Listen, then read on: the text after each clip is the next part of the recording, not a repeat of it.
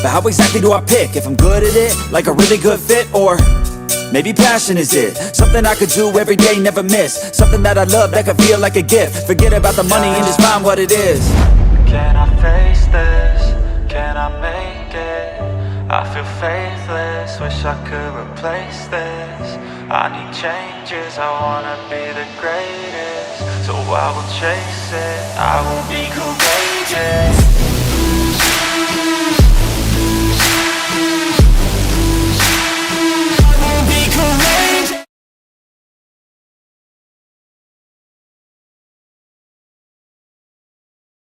Thought that was the wife messaging me.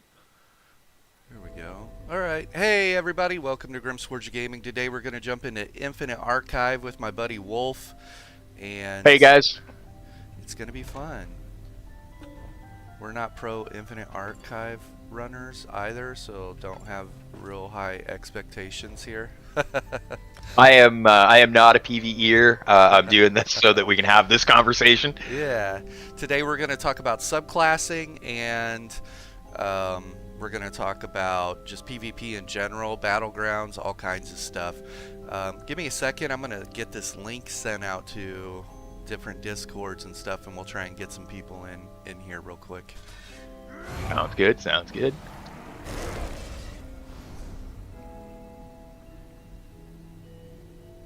Hey, Jess, how are you? Yeah, we're going to be back subclassing. I'll be back more, obviously, when subclassing drops. I was out in Cyrodiil messing around a little bit yesterday, or a couple days ago, so we're going to get this link sent out to everybody. Subclassing is going to be a nightmare.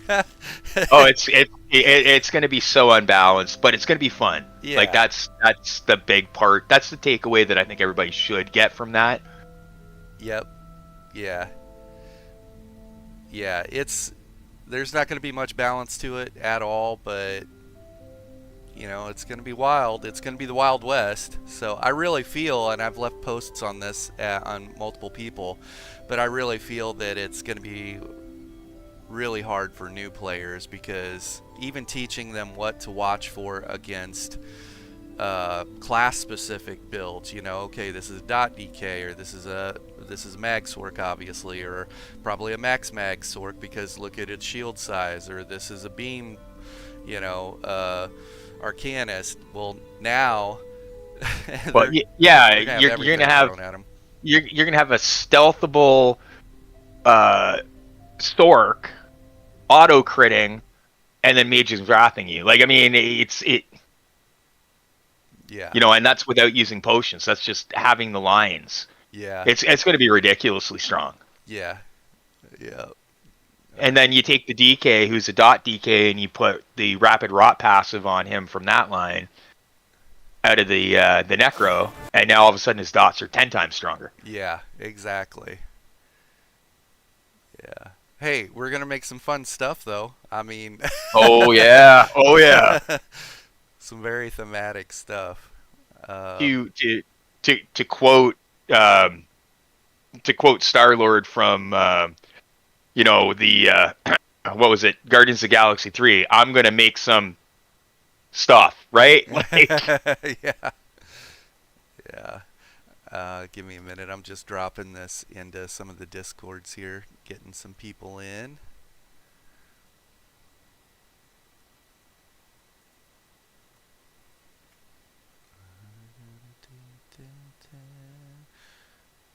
Is there a spot indefinitely occult to drop this? Are you in there anymore? I'm not. No, I actually left that guild, but there Okay.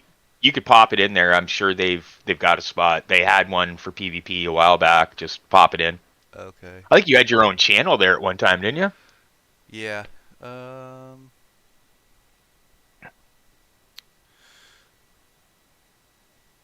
There's PvP general. I'll just drop it in there and see. Just see if people want to stop in and say, "Hey, we'll get this in epic butt kickers." Yeah, I think Dendy's on too, and I know she's on. She might actually be interested in watching. Okay. So. Get this in Professor Gas, Hagrid. Oh God, Hagrid. Yep. My man. My man. Yeah. Okay. Cool. I'll be touching on him a little bit later too when we start talking about the BGs and and all that stuff. Yeah. Right? Because I mean, there's a difference between what it used to be like to what it's like now. So Thank you, Anna, and you'll drop it in there somewhere. Thank you. Okay, we're going to just jump into Infinite Archive today. We're going to kind of derp around in there, and I'm running a werewolf build. It is one of my Alpha Predator variances. I normally PvP with it, but it's fun to jump into Infinite Archive with it because you can be a werewolf and hop in and out of stealth, which they're not supposed to do, but I can do on this. And he ends up getting, werewolves passively have plus 30% movement speed, and I can get another 100% movement speed on top of that when I'm at full stacks. So just hopping in and out of stealth, killing things, and I'm a mile and a half away. So that's fun. Wolf is joining me today. Wolf, he's been in so much PvP. Like, we've trained how many different guilds? Oh my God, so many. I mean, I'm going into my 6th year, so I'm still relatively new in comparison to you. But yeah, I'm into my 6th year, and I think we've worked with. I mean, me personally, I've worked with probably 7 guilds, and I know you've done way more than that. So yeah, I wish I would have been recording the earlier guilds that we had worked with. I just started recording, starting with, well, I guess it would have been 4 years ago. I started recording them. You're talking about when we were with AOW, right? Yeah, well, even before that, I was with another guild doing a training session, and we recorded it and just provided it to them with just a link. So, yeah, I don't know. So I mean, but they were really, really good, high skill. Well, I mean, I met you through AOW. That's how I started my PvP. Oh yeah. Right, like you were the one who taught me. It was you and Icy and a couple of the other guys, right? So. There's Juggy. How are you, Juggy? We're going to be talking about subclassing today. Are you at work? I passed you lead, by the way, so let me know when you want to go in, and we'll... Uh-oh.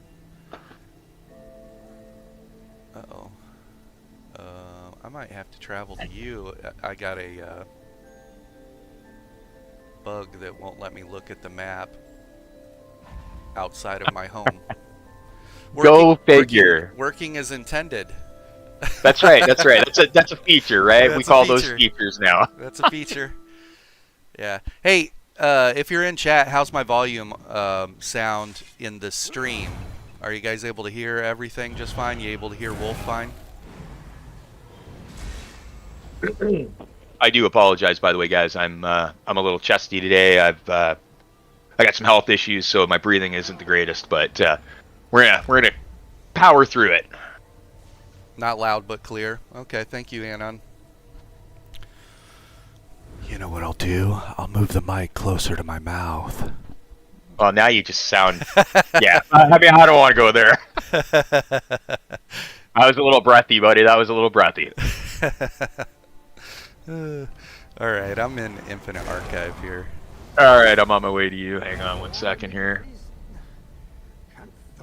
Pick up these quests. Totally not a PvEer, guys, so don't expect too much out of me. Yeah, and I don't think I brought Frostfangs in here, so I don't even know how this is going to go. So, oh, it looks like I have. I brought Frostfangs in here. Alright, I gotta pick up 1 quest here. There we go. Alright, I'm good to go. Cool.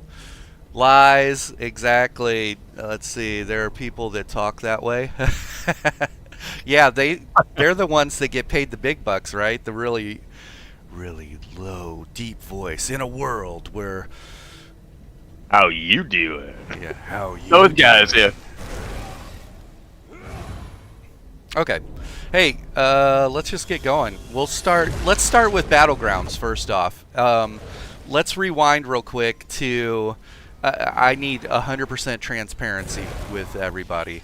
I have not done a single Battleground since they announced the change to the new format. Right, they got rid of the second team and all that. I haven't done a single Battleground because I was actually going to do a video and I decided not to, but the video was going to say you will get spawn camped because the problem with the two-team setup is when you have a really dominant team, because MMR is failing you, the other team will just simply sit at your spawn point waiting for you to jump down, and no one likes that happening. And so I was just like, these people don't have any idea what they're doing. I'm out of here. And so I didn't play. I legitimately live in Battlegrounds. Yeah. I do it from the time I get on till the time I get off. Like, that's pretty much all I do. Right. And the introduction of two teams was probably the worst mistake they've ever made when it comes to PvP, especially for Battlegrounds. And I say this not to, not to get on their case, but I don't think they understood exactly what it was going to do. So spawn camping is a real thing. That is, I can PvP, and I may not be the best, but you're talking to a guy who can't even jump down because he's getting absolutely liquidated the minute he touches anything, because the other team is just so strong. And part of that has to do with the fact that MMR is broken. Yeah. So I do 4v4. Now, 4v4 is where it's supposed to be the only place that your MMR counts now in Battlegrounds. Here's the problem with that. I will get on a team, and this has actually happened. I actually have clips of this. I have screenshots of it where the other team is all on the leaderboard, right? They're all really, really good PvPers. And I've got a team that has 3 people under 20k health.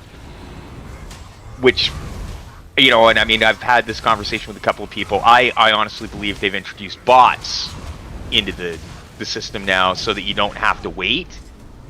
Because at one time when they introduced the 4v4, like the 2-team system, you're waiting 30 minutes, you get into a battleground, and then the battleground would fail, and then you go back into the queue. Right. Now you're not waiting any longer. You're getting in, but you're getting teammates that are, they don't respond when you chat with them in group. If you try to message them privately, they don't accept, or they don't exist, I guess. It just says account can't be found. You add on top of that they're dropping like 5k in damage in an entire battleground. And that tells me you're looking at a bot. That's just a basic rotation, right? And it's to fill up the battleground, and that's fine, but you can't have the MMR system in place when you're doing that. It's just never going to work. One player is never going to carry a team that can't take part or can't do anything against a full team of really good players. It's just never going to happen. It doesn't matter if your MMR is super high or not, right? I mean, what is it that you used to tell me? Good 1vxers don't fight good PvPers. Why? Right. You're going to have a hard time killing a good group, Right. Yeah. That's interesting. I had said that the direction they're kind of going with the pass. It's not a battle pass, but what is it? Season pass. The season pass? Yeah, is that what you're... Yeah, the season pass is very much like what Fortnite does, right? Like a 3-month this season in Fortnite. Like right now they're in the Star Wars. Star Wars is going on. And So for the next 3 months, it's all Star Wars related type stuff, collaborations and stuff like that. So the season pass is very similar to that. Plus they're getting their ESO Plus on top of that, right? So Epic Butt Kicker did a cool video on that. But the season passes are very much like Fortnite. We were talking about this yesterday. There was a content creator that just did a video on this. The Russian Camper is his name. He's basically one of the most trusted like news sources for Fortnite, and they did a test, and up to 90% of the lobby was bots, and in some of the games 90% of the lobby was bots. And the thing about it is, in Fortnite you can get into a game really quick, like within minutes you're in a match, because they have millions of players or whatever. But they've added the bots to make the queue times less, and Wolf had recalled a time where it was near impossible to get into a battleground, and then sometimes the search would just fail. And so I said, what if they incorporated that aspect of Fortnite as well, and they started adding these bots, like those people that you see that literally are only getting 1,000 damage in a battleground and going 0-6, you know, is it possible that those are bots? So I would have to say, yeah, because, and I say this because when you talk about 1,000, people are probably laughing like, oh, 1,000, you know, 1K in a battleground. No, honestly, this has actually happened. I actually have one that I just did this morning where the DK on my team died 19 times and put out a grand total of 20K in damage in an entire battleground. Yeah. Right? That's not very... He could have done that with one dot, you know, just Noxious Breath would have done that. Well, his whip would have done it. You know what I mean? Yeah. Like... So yeah, I mean, this is actually a real thing, you know, and we go, so to continue on with the BGs. Oh, I hate this one. Yeah. I absolutely despise this one. I didn't transform. Oh, there we go. All right. Now I'm just a regular person running around in this, working as intended. Holy moly. So back to the BG thing. One of the things about BG. Is when they went to the 3-team format, or the 2-team format, what they managed to do, unfortunately, was make, I mean, it's fine when you talk, if you're going to talk about doing it for, you know, competitive, I died. I've got no issue with that, but when you are trying to train someone up, and this is how I used to train people, is I would take them into battlegrounds and teach them what real combat was, right? Like, you can explain it theory-wise all you want, but until they've actually seen it, they're just not going to understand it. So I used to take them into the 3-team format, 4v4v4. I think the 8v8, which they call it the relaxed, enjoyable format, they have no idea. Like, it is not fun.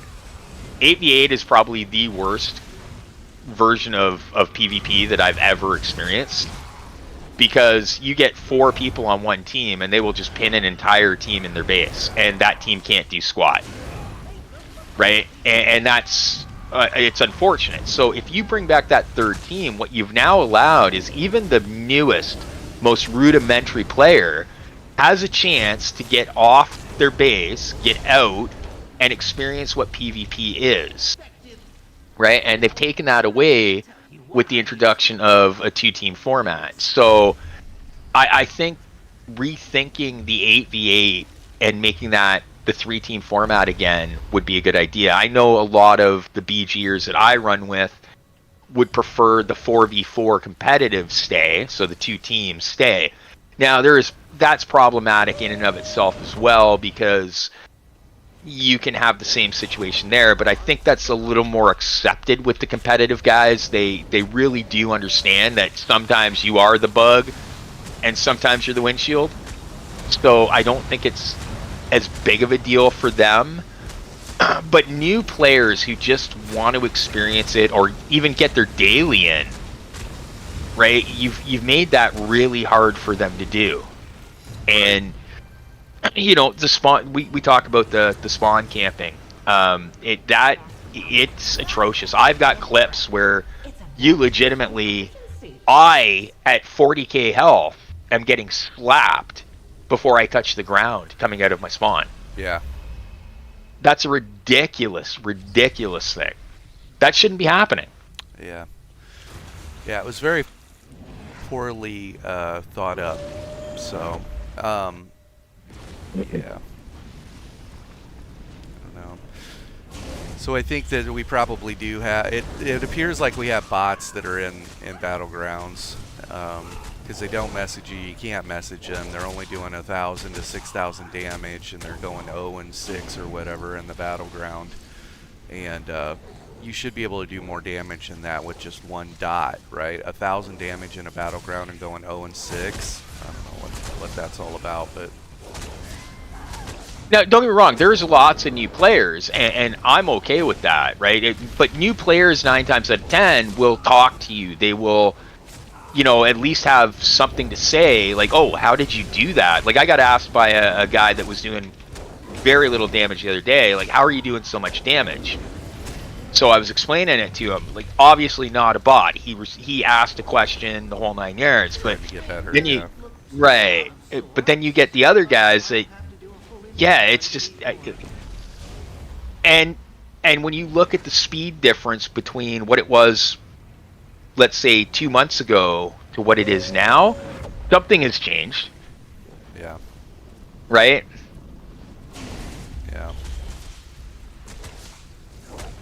So yeah, I mean, and listen, I'm okay with them putting bots in to speed up queues, but if that's going to be the system, then you have to balance teams better, right? Because now you're making it unfun for the guy that's got to try and carry that team, right? Like, oh, I'm the only active player on my team. Okay, well, yeah. This is not going to be a good time. These guys are bringing no heals. They're bringing no anything. Yeah. And I'm just so happen to be going up against, because it's a random queue, up against 3 sweats. So. Mm-hmm. And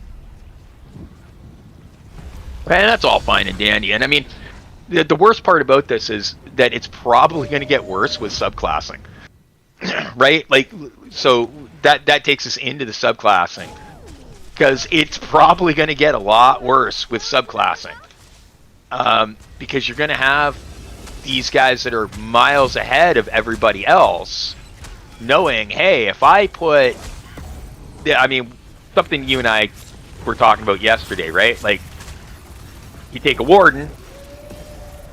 Oh, jeez, what the hell is killing me here? Man, this is how much. Yeah, this is how much I know. Oh, okay, I got a basher. Yeah. Right. Yeah, I got to kill this thing while you. All right. Yeah, see, tells you how much I PVE here.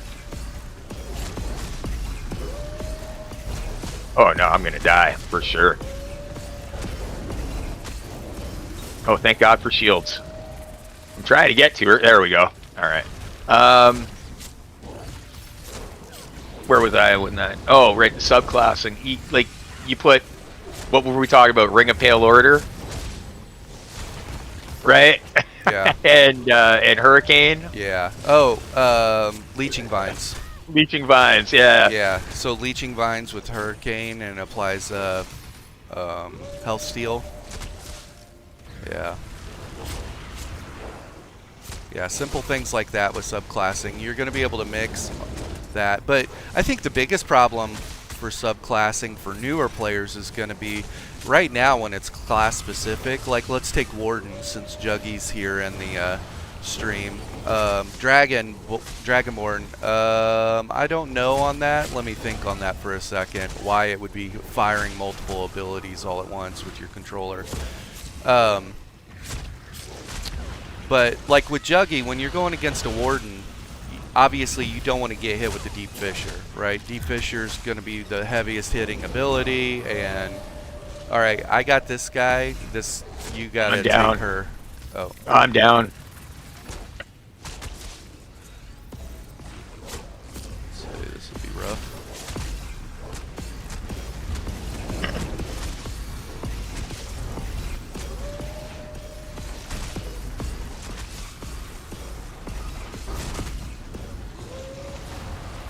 This is what happens when you bring Wolf into a PvE situation. Bad things happen.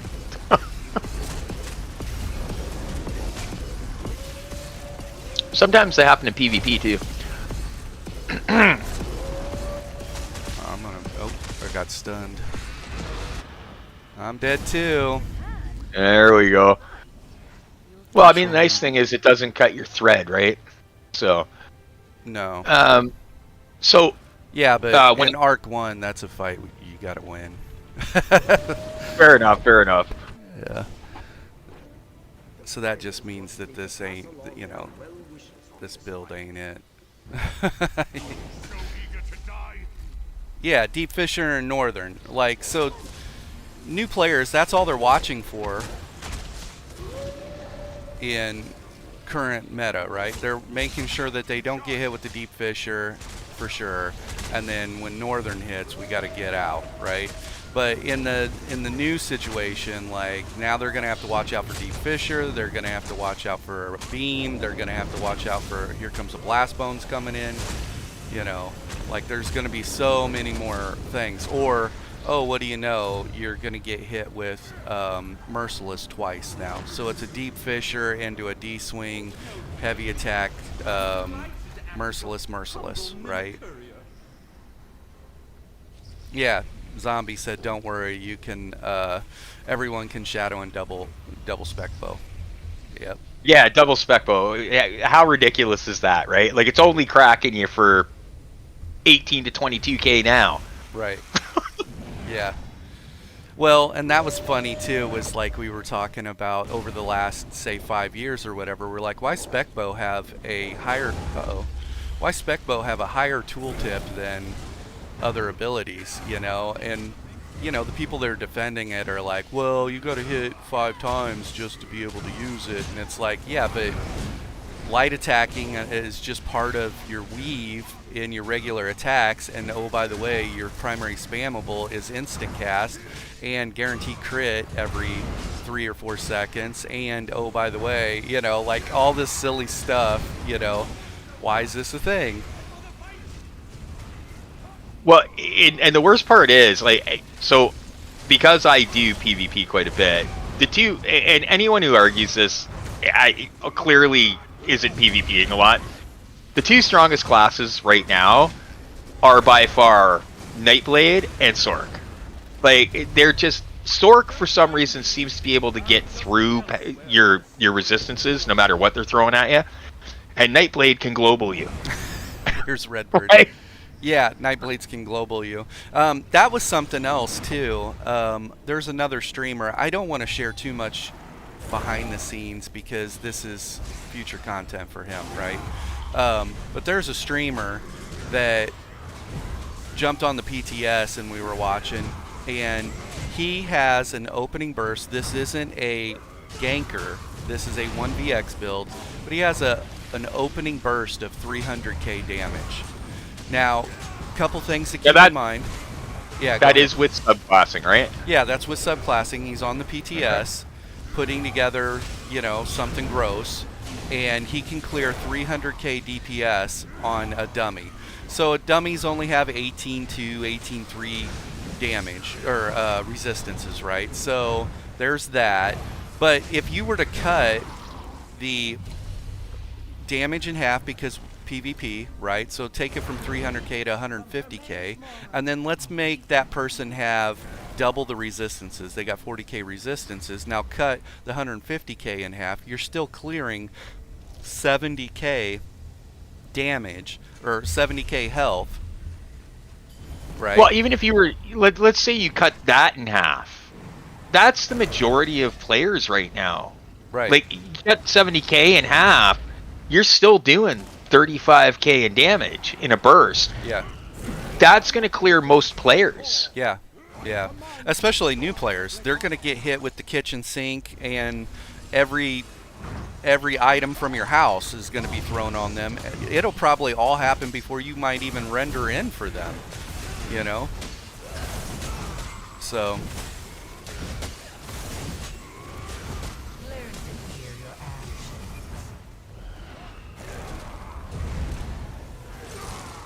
And you know, I think a lot of people forget about the fact that Nightblades can quite literally just slap you out of stealth, right?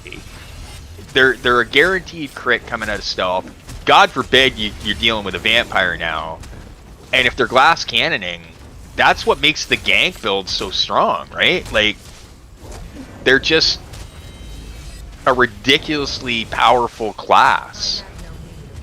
And it's funny because I always hear Nightblades going, oh hey, listen, I wish I had more of this.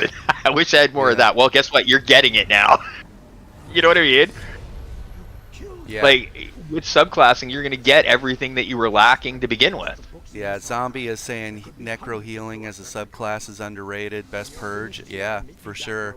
Now We everyone actually- can get it.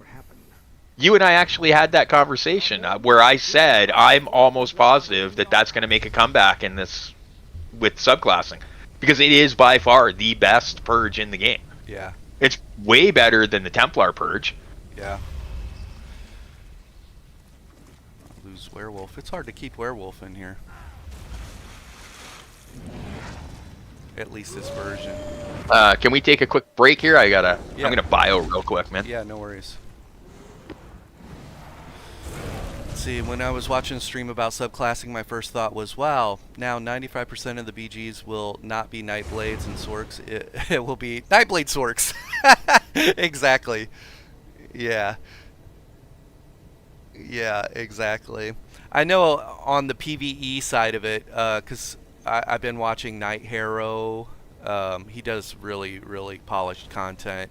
And, you know, from what I saw, the times I was watching him, he said, man, beam is just going to be, you know, they switch beam to damage over time effect for PvE, and now it's direct damage, but beam is still going to be really strong. Assassination, Animal Companion, Restoring Light, best combo you found. It depends on what you want to do, right? Dragonborn, like thematically what you're trying to do, but or your play style. Like for me, I'm going to attack it completely different for every character. Like, I'm going to have Iron Man, and he's going to be a ranged Templar. He's currently Templar, so how do I build a ranged something that's dangerous that plays probably like Starkiller? See, Juggy says with subclassing you will get adjusted to the combo in a week or two. It will be off class that people will struggle with the most. Yeah, off class, 100%. PvP tanky, high burst. Okay, so I'm back. Sorry about that. Beam got buffed. Now that they changed it to direct damage, you can now take the blue CP point to heal direct damage. Yeah, exactly. Sauce didn't think about it. Yeah, there's so many things that were just poorly. Hey, Zoss has an official thread, right? The official thread on the forums that is discussing the subclassing, and I think it's titled Developer Secrets for Subclassing, and there's like no secrets in there. It's silly. That's not a good title for it. But go read React Faster or React's comment. It was very well thought out, very concise. But he's like, why did we not... You're telling me that you're going to watch everything very... the shill form. Closely. You're going to watch everything very closely, and then we're going to make adjustments to go with it. Not once have we ever seen that to be true over... Let's just rewind to the last 5 years, 4 years. Yeah, let's go 4 years. We have not seen that happen. Whenever that is said, when have things been watched closely and actually addressed in a timely manner? You know, like, that's just not a thing. That's not real. So you know, I just so I can address a couple of things. One, everybody's like, oh, you're talking about a Sork Blade, right? Hey, your And buddy's that's here what you're for gonna you. see. And that's what you're gonna see, right? And Don't get one shot by this guy. yeah.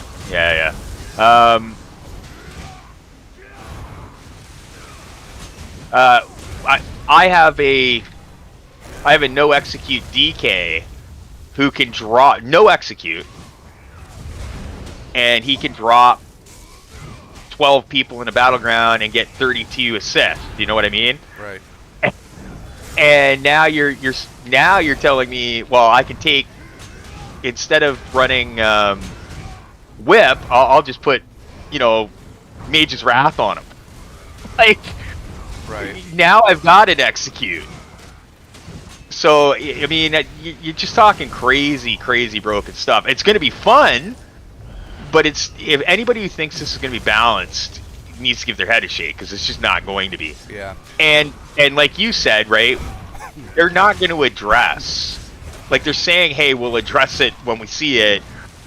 We all know that's never going to happen. I was the guy 4 years ago going, oh, I've got high hopes for this, and you were the guy going, oh, give it a couple of years. Yeah.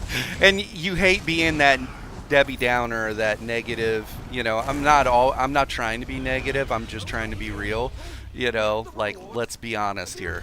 So yeah. But it's true. It is true. Like, I mean, I that legitimately happened. I was the guy that was always, oh, I got high hopes. I think they're gonna get it right this time. They're gonna fix it. I'm there. And Grim was the guy going, yeah, man. I've been here since the start. Just give it a couple of years. Yeah. And now I'm the guy going, oh my God, what are they doing? Yeah. Anon he said they need this for the same reason that you move the chips around in a grocery store every week. Bring up subscriptions and bring people back for change. Yeah, for sure. Like, people and you are and I- going to come back to play this. Yeah. Well, you and I talked about this, right? Like, the guys that have been playing for a while and we know what to expect, right? We're not buying into their hype. But the newer players are going to buy into the hype. Yeah. Right? Like, that's just a reality. And good on them. Like, they're bringing in new blood, and I would love to see new blood, especially for PvP. Because I think we lost so many really good PvPers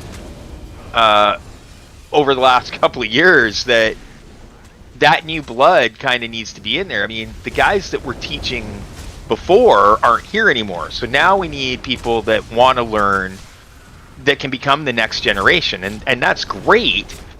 But, God, let's set them up for success. Like, because right now I don't see this being a successful situation, right? Like, and until they truly do address some of the big issues with PvP, like cross healing and cross shielding, it's just gonna get more and more frustrating especially for new players. They talk about raising the floor and lowering the ceiling, and what they're doing with this subclassing is they're dropping the floor straight out from new players. It's just gone. The floor is not there. People are trying to climb air to catch up to the guys that are on top. Yeah. The real difference maker is going to be the nuances of PvP. Like, that'll separate, because the people that understand all the classes and all the passives and understand how to line of sight, when to block cast, and,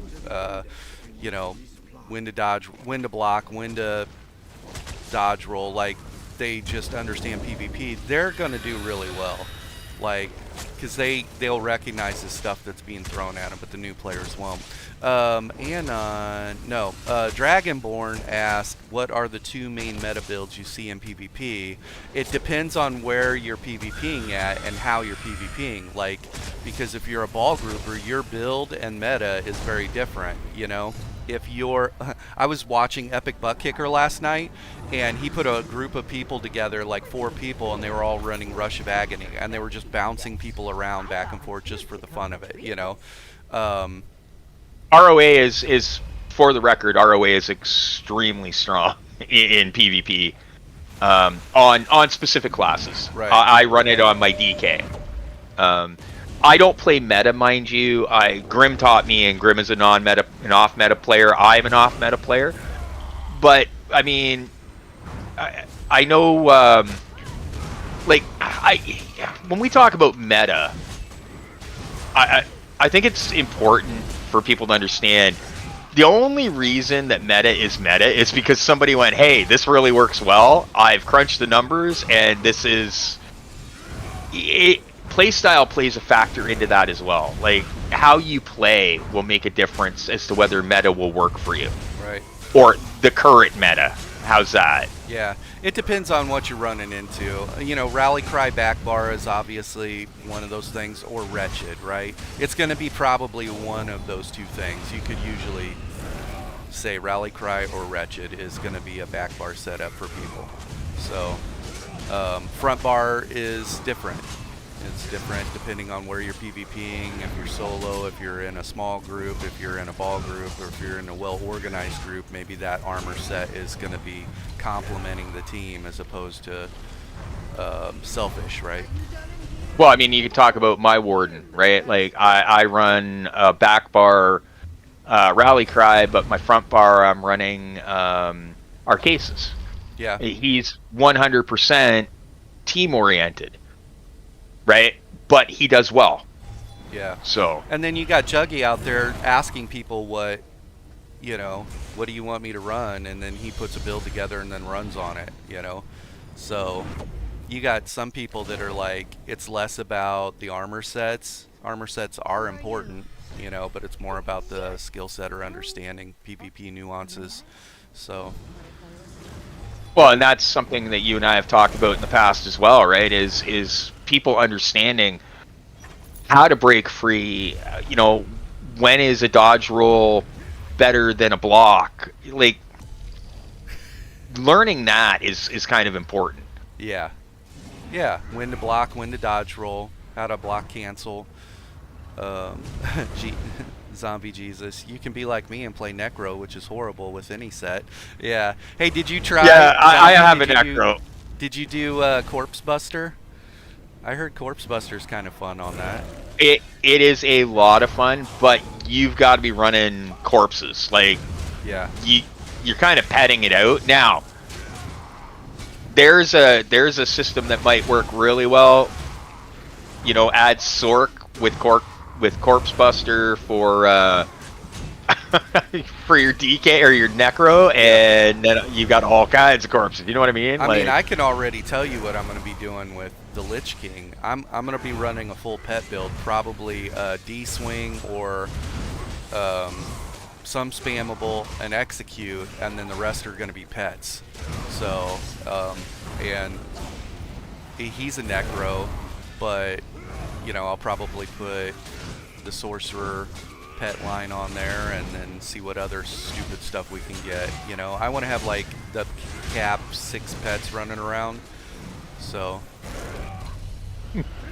Corpse Buster and Dagons doesn't feel good when your Blast Bone stands there and looks at you confused. Well, he's on a smoke break. You can only summon the Blast Bones like once every 10 minutes, zombie. You have to remember that.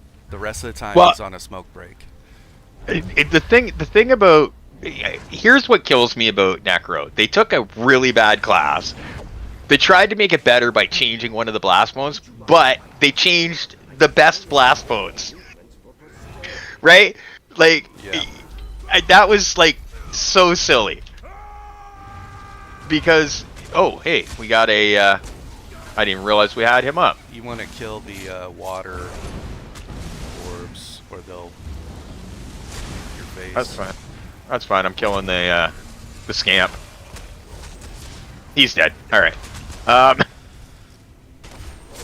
You know, like, stalking Blast Bones was by far well, I mean, that's not even a joke. It legitimately was the best Blast Bones out there, right? Because you could cast that from distance, and if you were on a bow crow, that worked really, really well. Well, now you've just got the one, right? And it's not as good. Don't get me wrong, I still use it, because the other one to me just feels ridiculously weak.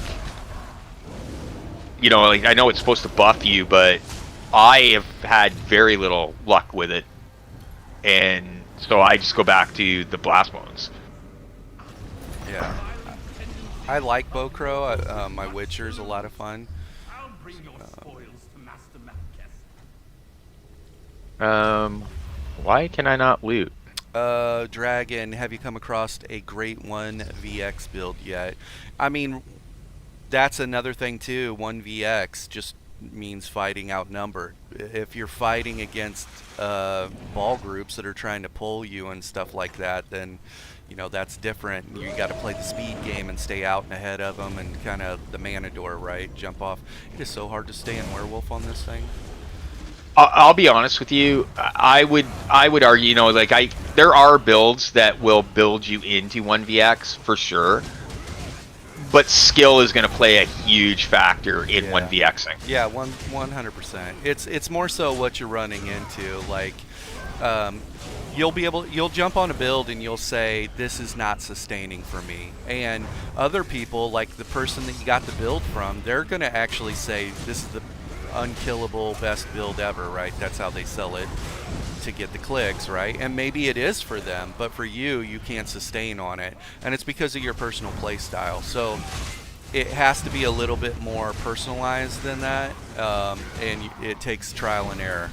So yeah, how many times have you been baited into Immortal DK or right those right? silly Grimsforge Gaming, this is the strongest build I've ever played, and you're like, dude plays off meta weird stuff. He's like throwing poop rocks at people on a DK. Nobody does that. So yeah,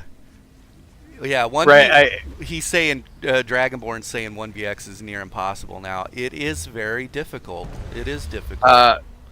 Well, they have definitely, especially with the format of two teams, right? Like 4v4 or 8v8, they've definitely built into the ball group mentality. Right. Yes, so they teams continually lead into that. Yeah.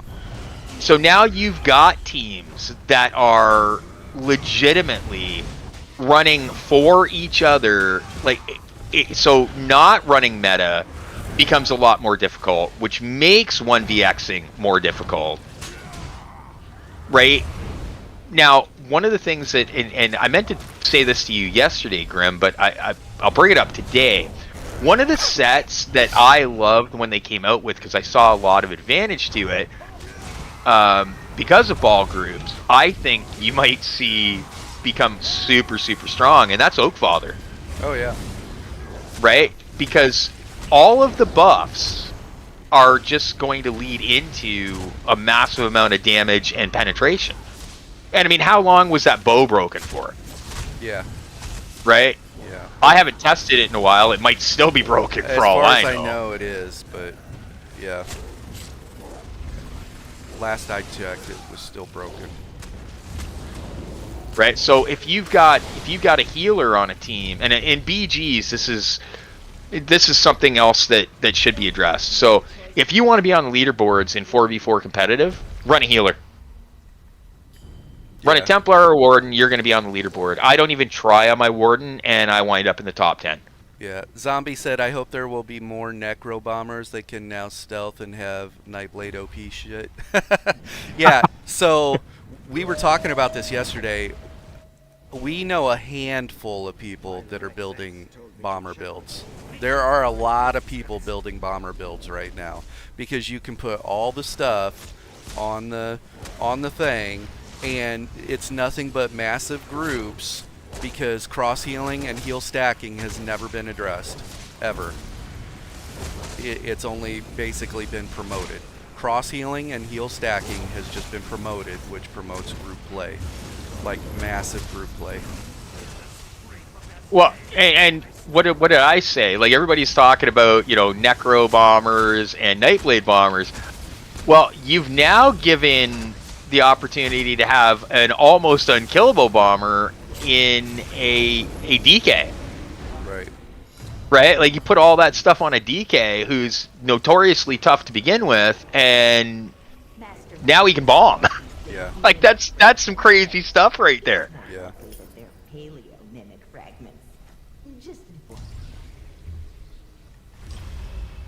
With subclassing, Zoss has promoted me to uninstall ESO after over almost 1.5k hours. Yep.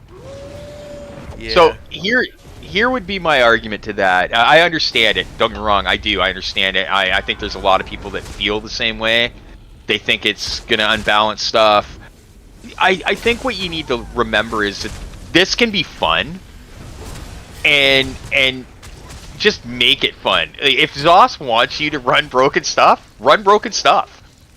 Like until all the new players that they're bringing in complain about it and something's done, which might be a really good play why Epic took his group out and they're just ping-ponging people around with Rush of Agony, because it has no CC immunity. You could just bounce people around, pull them, and they don't get CC immunity. Like, that's dumb. And that's why I run it on my DK. Because I can actually run Rush of Agony and then do a lockdown, and they're stuck. Yeah. Right? Like, and, the other thing about Rush Agony, and this was addressed during the last White Streaks, it was pulling people through walls. And someone pulled him through a door last night. We chased the guy to the keep door, and he went through the door, and Rush pulled him back out. And when it was brought up that they were getting pulled through walls, Zoss's response was, "It's working as intended." Yeah, Juggy said they're trying to kill 1vx is all. That's not. That is killing the experience. The people that are experiencing PvP. That's what that's doing. Like, killing 1vx is stupid. There's always going to be people that have the nuances of PvP understood and perform better. So you're not going to kill 1vxing. You're just going to promote and push people to massive group play and zerging, which everyone hates. So they just continually making the wrong decisions over and over and over again for years. Absolutely. And here's the thing. I am by no means an amazing PvPer, but I will go out of my way to 1vx in BGs because it helps me get better. And I record because, Grim was the one who said, hey, record your stuff and learn and watch it back, and then you'll see what you're missing. And it's true. I learned a lot doing that. So I go out of my way to 1vx people. And it's hilarious because I'll get hate whispers, which I think is funny. I personally think that's funny, and anybody who gets a hate whisper, if you're getting hate whispers, you're doing something right because you've got somebody's attention and they just need to feel better about themselves. Don't let that bother you in any way, shape, or form. But yeah, I mean, I agree with Grim. I don't think you're ever going to get rid of 1vxing. That's just going to be a thing. Whoa, what?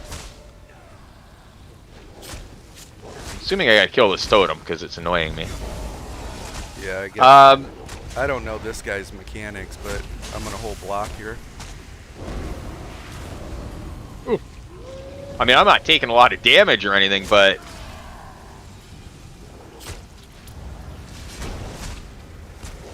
says my armor's broke.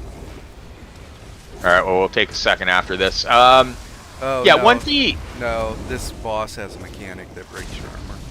Oh, okay. There we go. He's dead. Yeah, no, 1vxing can be a lot of fun, and I mean a lot of fun. But it takes practice, it takes time, and sometimes you're just gonna get spanked. My favorite saying, and I tell this to a lot of people, is sometimes you're the bug and sometimes you're the windshield, and you have to be okay with both. Why are you a gigantic werewolf? What do you mean? I'm a regular size werewolf. Oh no, you just became enormous. I don't know what you're talking about. Yeah, whatever, buddy.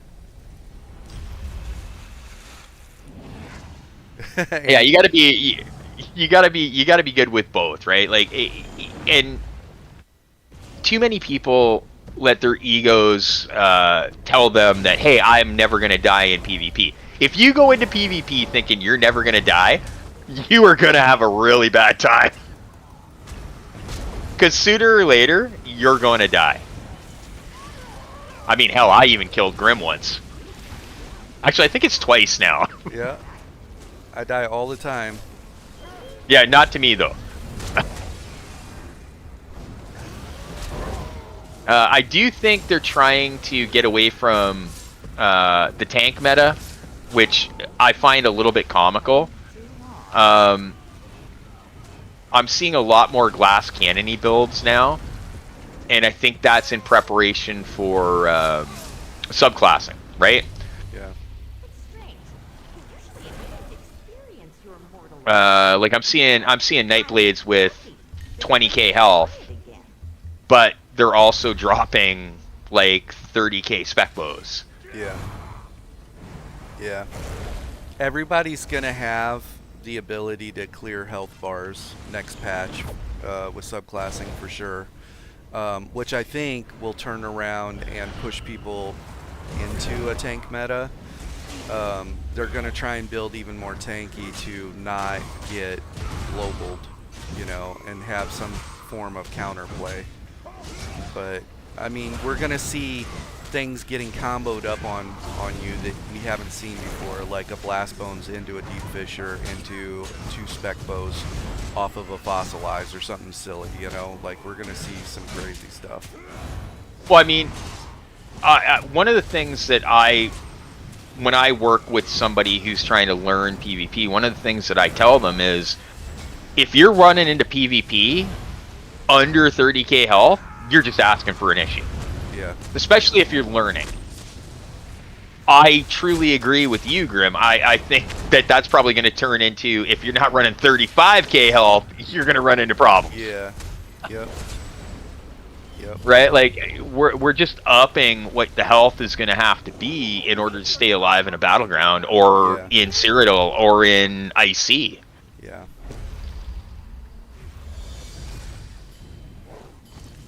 Yeah, when you got people that are clearing full health bars with not even like rotations that are coming from stealth, you know, man, this is gonna kill my werewolf again. Sorry, that's my fault. I got my last right. of... It's just super hard to keep werewolf in here. You would think it'd be easy too, right? Because there's a lot of stuff going down. Yeah, the white werewolf would be easier, but it doesn't work with my armor sets. The Alpha Predator build, because I'm gonna drop werewolf again.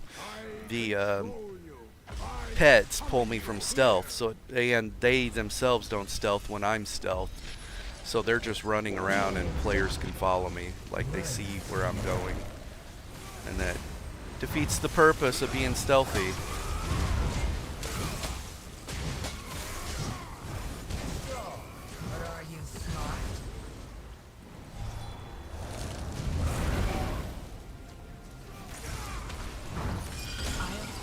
What's a good average health to start with as a baseline for a tank? 35k health, or try for 40?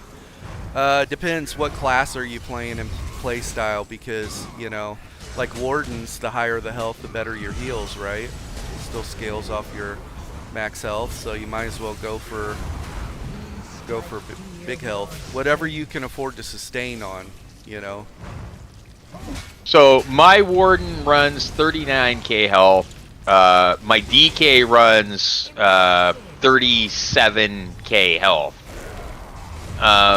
and they are both pretty survivable. But yeah, like Grim was saying, especially the Warden. The Warden specifically is one of those that you're gonna want a little more health on. But I think if you're going above 40k, you're missing out on some other stuff that will really help you out. 40k is a pretty solid base for a tank, but generally speaking, anything under 30k is just going to get you mulched. right? Like, what did we say right now? I think it's anything under 27k can get you globaled by a Nightblade, and you won't even see them. Right. Yeah, before Right, they so- even render in, they're dead.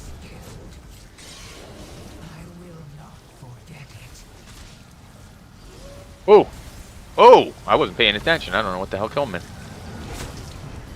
Oh, piercing gaze got me. Apparently. Yeah, these little shards have to be bashed. They start doing a thing. Well, as long as you don't die, we're fine, right? I don't die ever, except for that other time that I died. Like me in a battleground, I never die, except for those 20 times that I died to that group that was putting out ridiculous damage. So Naz is running one of the Steve Rogers builds. Yeah. Right Great build, now, by the way. yeah. So was it the Vibranium build? Mara's and the other set that heals. Wait, you were running Mara's bomb? Yeah, Mara's bomb. Wow, mind-boggling right there, but okay. Yep. Yeah. That paired with another set, like if I had dots on me, I just had like infinite heals coming in.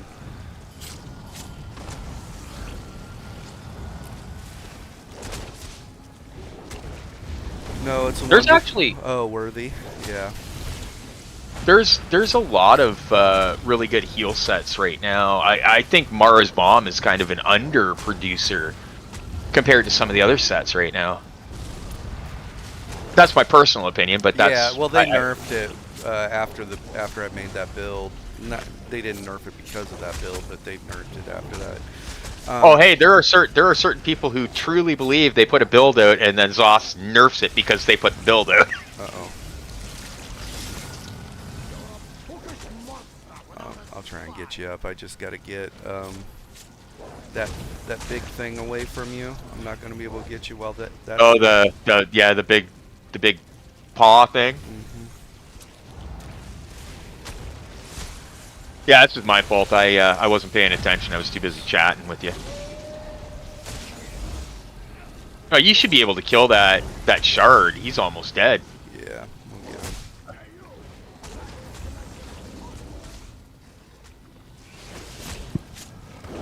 Yeah, no, there are people who truly believe that their builds get nerfed because Zoss looked at their Right. video and went, "Oh no, that can't be. Right. We can't have that." Zoss doesn't watch any of that. Thank you very much. Yeah.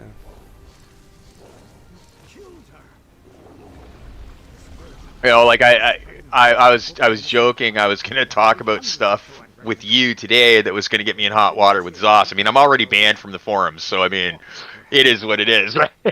Yeah. That happened when the block bug came in, and I made a post, and it kind of went crazy, and they took it down, and then all of a sudden I couldn't post on the forums anymore. You've been moderated. Pretty much, yeah, pretty much. So, you know, and I'm fine with it because they probably don't want to hear what I have to say. Yeah. Yeah. Like, I can be a very well-spoken individual, but at the same time, I'm not afraid to say what needs to be said either, right? Yeah. So. Well, I think they need a little bit of that in their life, so. Well, Zoss doesn't feel that way. They don't want to hear it, right? They're like, oh, no, no, no. Hey, your buddy's here. Where? He's. Oh, I see him. Yeah, I see him. He's running in to talk to you right now. Oh, and he smoked me. He hit me really hard. I was even blocking that.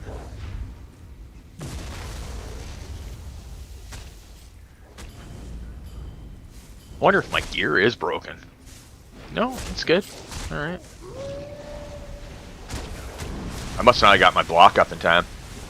I think you got a dodge roll.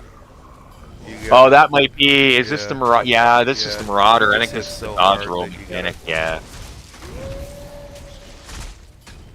Oh, he's putting a hurt on you too. I don't know what you're talking about. I'm fine. I watched your health, buddy. I was watching your health. I didn't just hit 1K. I don't know what you're talking about. It's fine. Nothing to see here.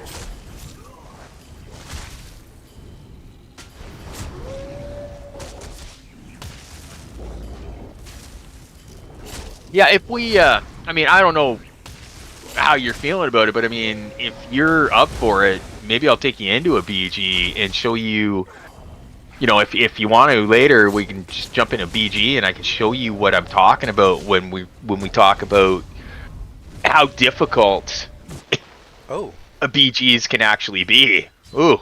said I was in that. I thought I was out of it, but oh well. Grim, would I consider doing a Wolfman build for Halloween? Yeah, that would be fun. Hey, Naz, if you haven't seen the Alpha Predator build, it's really fun in PvP. Like, I don't know if you've noticed, but between kills, my werewolf stealths. And you can't crouch on a werewolf, so you can't stealth on a werewolf, but this build allows me to stealth. And I gain, as more things I kill, I gain up to 100% extra movement speed on top of the werewolf additional movement speed. So Alright, I just went into the Wolfman build, or polymorph. I'm sure Grim's got it. Oh jeez, I'm getting absolutely slapped here. I'm losing focus, Grim. It's all your fault. I'm blaming you. Well, it's hard to read chat and focus on mechanics and you know, keep a train of thought. We're multitasking. That's okay. That's why we decided to do this as opposed to PvP. Yeah. PvP, right? Yep. Yeah. It depends. Like Cyrodiil could be pretty chill, you know. Battlegrounds not so much, but When you get into a death match now in Battlegrounds, if you're not paying 100% attention, you're gonna get absolutely slapped. yeah. Right? So, but yeah, I mean, I would love, because I know you haven't done any since they changed the system, have you? Not one. I haven't done a single Battleground since they got rid of the 3-team format. Yeah, I see, and I truly believe they need to bring that back, at least for the, as they call it, the relaxed, enjoyable PvP. Right. You know, and I laugh and I'm making a joke, but the truth of the matter is, if you do an 8v8, anybody who's done an 8v8 has been on the receiving end of just getting obliterated. I mean, 4v4s get it as well, but it's way more common in 8v8. Yeah.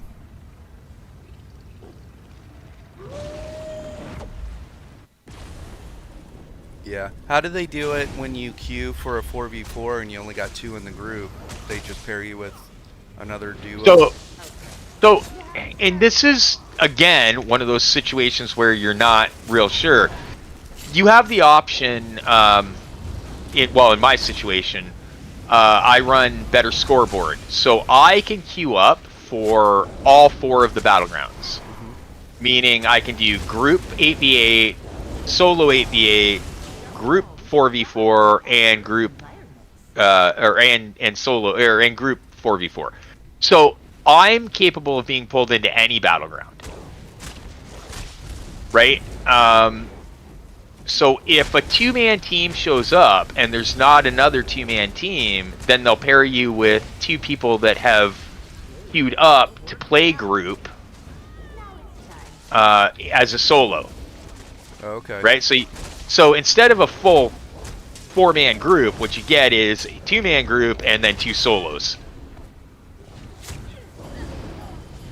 Right? So, and that's understandable, because if you tried to do this is a 2-man group, but there is no other 2-man group, well, then you're never going to get a BG. It's just never going to happen. Right. You're just waiting. Yeah. And then Q drops, right? Yeah. Yeah, and the worst part is when you get sucked in, you're like, you've waited 15 minutes, you get sucked in, and there's only 7 people in the battleground. 3 on one team, 4 on the other, and then you wait 5 minutes, and then the battleground fails, and then you got to go back into queue and wait. It's not pleasant.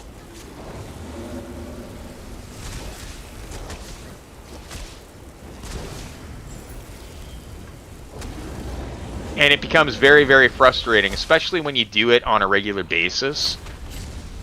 And that's, again, why I think they've introduced the let's put these bots in kind of deal, right?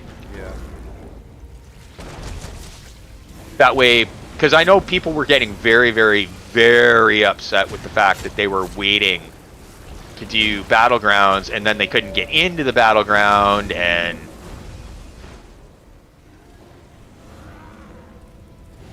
right. So, and listen, I got no issue with it. I'm perfectly fine with it. I just, like, own it. If this is the way it's going to be, own it and say, hey, this is what we've done, so that you don't have to sit in queue and wait. Yeah. And people can make their own decision as to whether or not they're okay with it.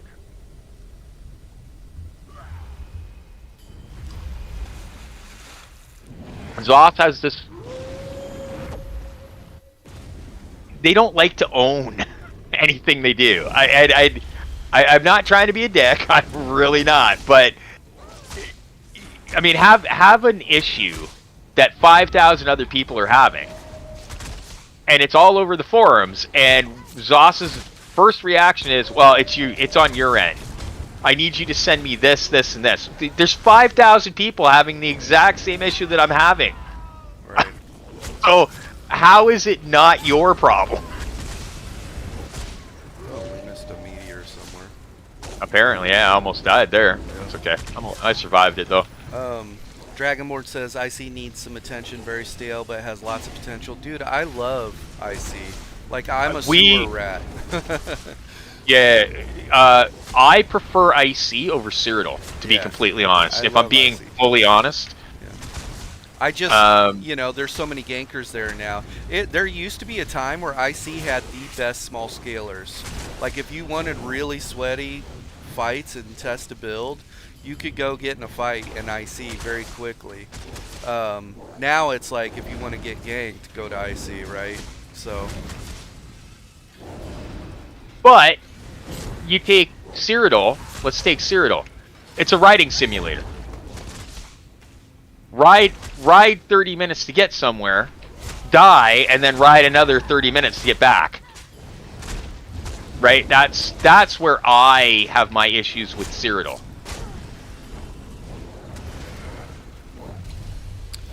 Yeah, I wonder how many riding hours Juggies put in Cyrodiil.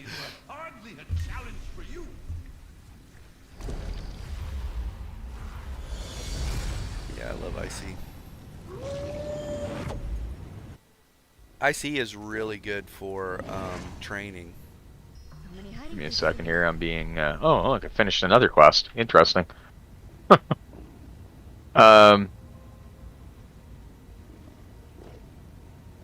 Mist is messaging me in guild, so just give me a second here. Yeah, no worries.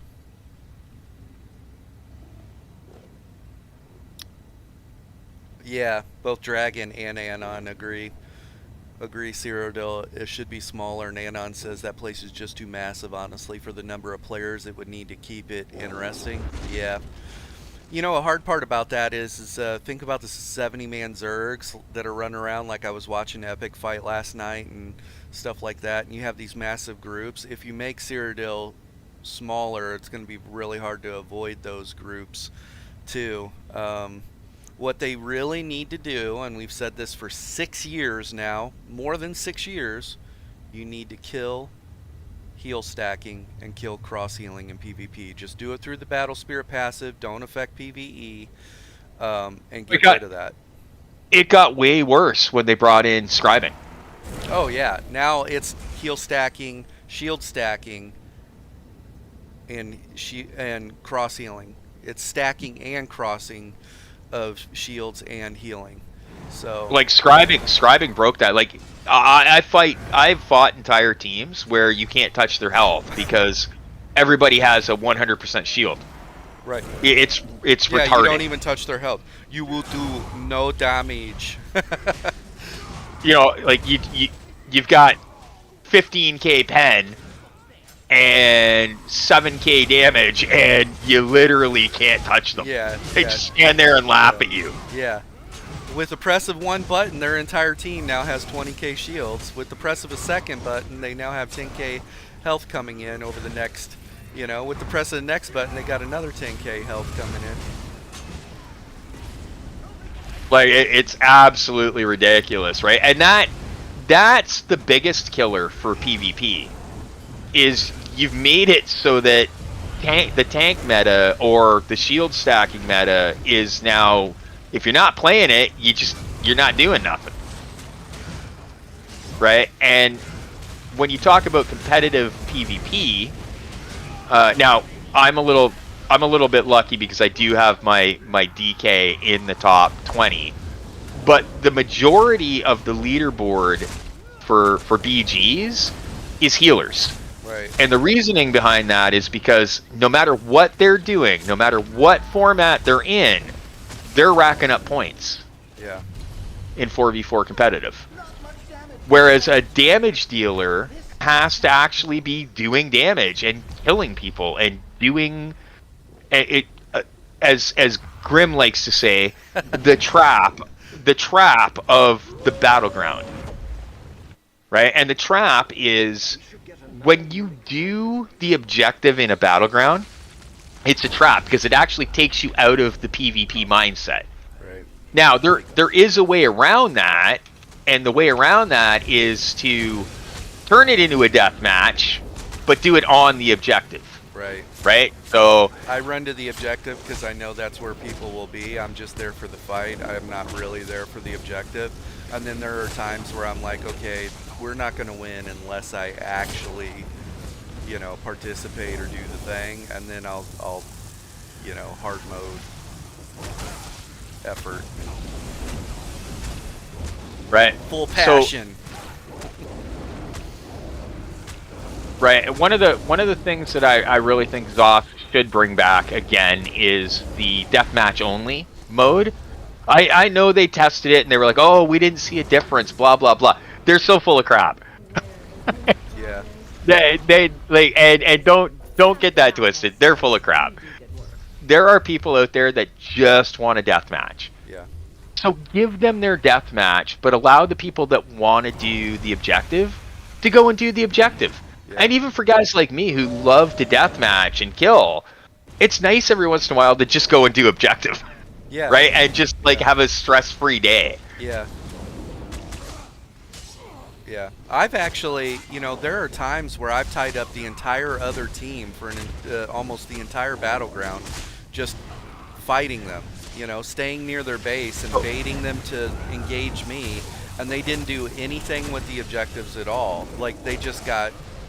And the rest of my team was not good at PvP. They might have went 0-6, but we won the game because I tied up one full team, and then it was just our team versus the other team as far as objectives go. So I have tons of video of that. So we actually have some people that are watching your stream right now that run with me, and they know I will do that. I'll be like, you guys go do the objective, I will play with the other team. Right. Yeah, there's a lot of benefit to having somebody that's very killy in Battlegrounds. Imagine that. Right, but Zoth seems to want people not to do it. It's so weird. It's like, hey, let's do PV door. Well, no, man. Like, if you're gonna be in PvP, then you need to understand there is going to be player versus player. That's the whole point. Right, so let's teach people how to PvP properly, and then we can add in, hey, you want to do the objective? Let's do the objective. Yeah. Dragon says that they have an idea.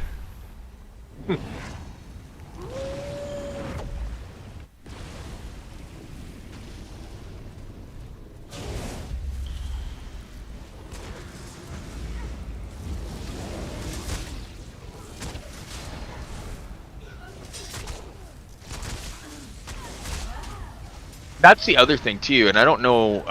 You've been gone for a while, Grim. Yeah. So I don't know how many people are in your stream right now that have been around for a while. But they've changed the AI on the mobs now, right? So there's a lot more CC, a lot more stun, a lot more interrupts. It's really weird. And that has happened over the last few months. Where some of these mobs now will use the actual abilities of whatever class they are. Oh yeah, I saw that. Like get chains getting pulled in and. Yeah, it's which is cool. I mean I like it, but we didn't even get a notification of that. It just happened overnight one day where it's like, wait, what? How? What? You know why can't I move? The irony of that is they're getting rid of class identity, but they added class identity to the NPCs. Yeah, NPCs, right? Oh my gosh, they're doing it. It's crazy. Like, I was running around. Where was I? I can't remember where I was. I was running around somewhere. I think it might have been in IC, and I had a DK chain me, and then talons me, and I'm like, what the hell? Yeah. I was like, I don't know what just happened. Yeah. And that was an NPC, and I'm like, that's never happened before. What? Which is cool, because realistically, that should be the case. Ooh, good God. I think we gotta kill these lightning. Yeah, well, he's dying real quick, because I was taking a ton of damage there.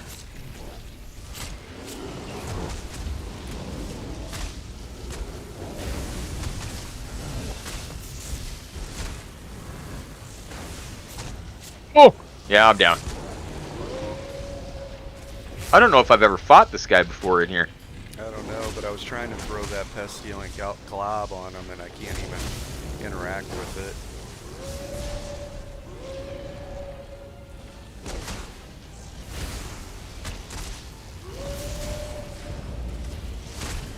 Yeah, I don't think I've ever fought this guy before. But yeah, no, like, I mean, I think in their own minds, they have ideas that sound really good. The problem is, they're so convinced it's going to be good that they don't listen to us when we say, that's not going to be good. Right? I mean, Oakensoul, there's a classic example for anybody that was around on the PTS where people were saying, hey, you with this thing, jeez. Where people were saying, hey, you can't put that in the game. The way it is, they were like, oh no, we're gonna do it. Right? And then 6 months later, they're like, yeah, you know what? We might have made a mistake with that, so we're gonna change it. The actual people that are playing are gonna know. Nice, by the way. Are gonna have a better idea of whether or not what you're introducing is a good idea or not. And listening to your player base is probably what you should be doing. Yeah, the people that are paying you. Yeah. What? You know, it's like that meme that was out there where it's like they're all sitting around a table and Zoss head guy's like, hey, we need new ideas, and they come up with all these ideas, and one guy goes, hey, how about we support our long-term veteran players, and they throw them out a window. Throw them out the window, yeah. Right?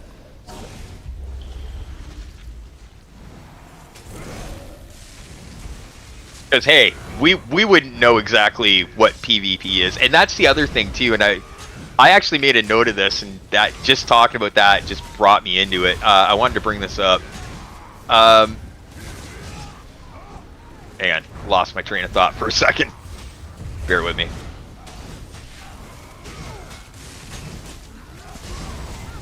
Get through this fight real quick, because The long-term players have proven they will put up with whatever they throw at them. Yeah, this is true. Well, up until recently, that has been the truth. But with the exit and the exodus of some of the bigger players, I think Zoss is starting to realize that's no longer the case. People are just done putting up with the crap, right? Now I gotta remember what I was gonna say. I totally lost my train of thought, and I actually had something that I had meant to bring up the other day. It'll come to me at some point here.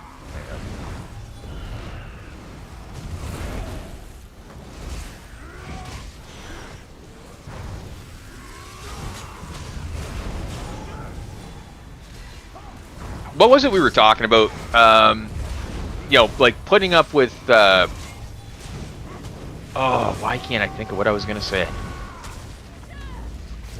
So yeah, don't get old, guys. It really sucks. I can't move. It's cool. Stop.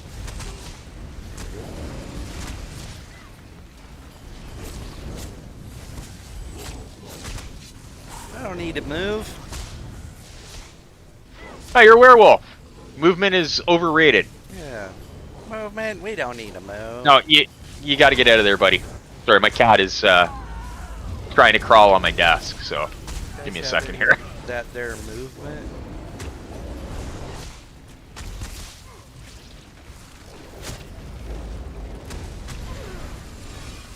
Yeah, I totally lost my train of thought. I cannot for the life of me remember what I was going to say now. Did you want to? We'll get to this final boss, and then we'll go do battlegrounds. Yeah, we can do that. I'll jump on the DK. Okay, I'll jump on Starkiller. I guess I have a lot of fun playing him. Well, that'll give me a frontliner that I can play, and hopefully we'll get a healer. I'm sure we'll probably, this time of day, we'll probably get in with some of the guys that I play with on a regular basis. We'll do a 4v4, or we'll queue up for a 4v4. I know Mist is in here. I don't know if she's at work or not. She might join us, and then we'll have a 3-man team at least. Yeah, Starkiller's a hit and run play style, so worked really well when I played with Juggy, because Juggy just face tanks everything, and then I could just hit and run. That's what I do on my DK. Yeah. Is I will face tank everything. If it provided that the team's not like so OP'd, or they've got a healer that's unkillable and puts out 3 million in heals. Because that's actually a thing.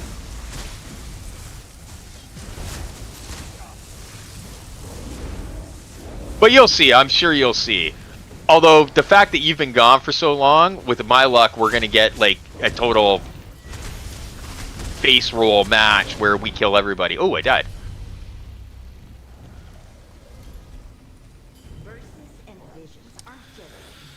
There we go. Alright.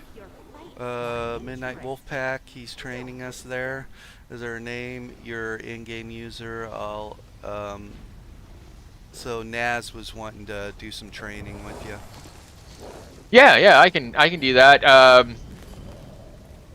Like I said, it's DLG Demon Wolf in game, or Wolf Demon Wolf. Just call me out in the guild, and I'll see ya.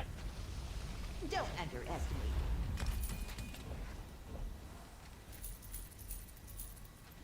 All right, that was we're doing one more boss, right? Yeah, Is that what we we'll said? do the boss Yeah, fight, okay. and then we'll just dip out.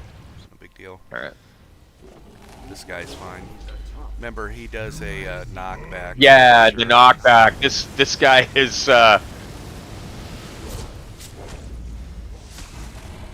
We seem to be getting a lot of fire, and I'm on a frickin' vampire. Get roasted, vampire. Oh, there it is.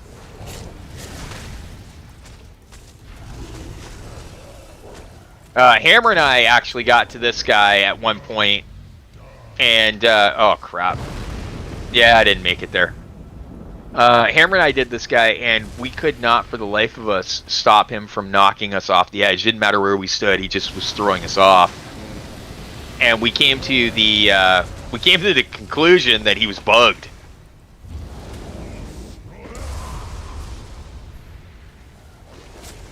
You mean working Because you could- contending? Oh, Yeah. Well, got knocked because off you, there. you could literally be underneath him, and he would still knock you off the ledge, which shouldn't be happening. Okay, now we gotta. There it is. All right.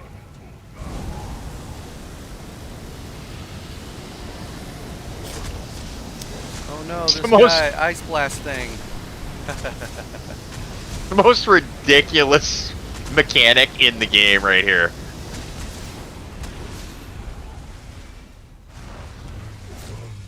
Oh, there we go. Oh, I made it. Okay.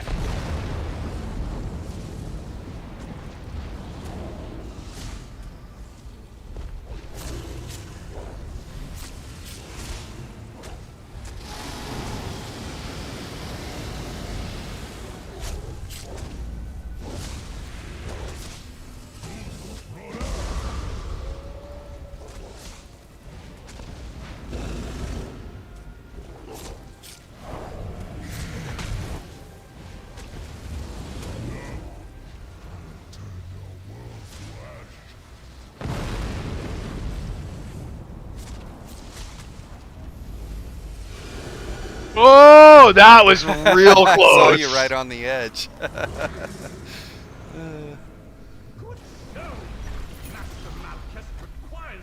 Nice.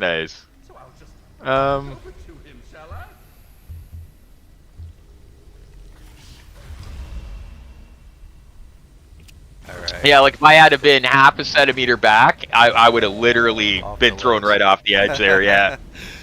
Let's go turn our quest in here real quick, and I'll switch over to Starkiller. All right, sounds good. Just give me a second, and I will jump on Grim. It's hard for me to right now find the motivation to PvP, knowing that subclassing's right around the corner and everything's really gonna kind of change. Then, you know.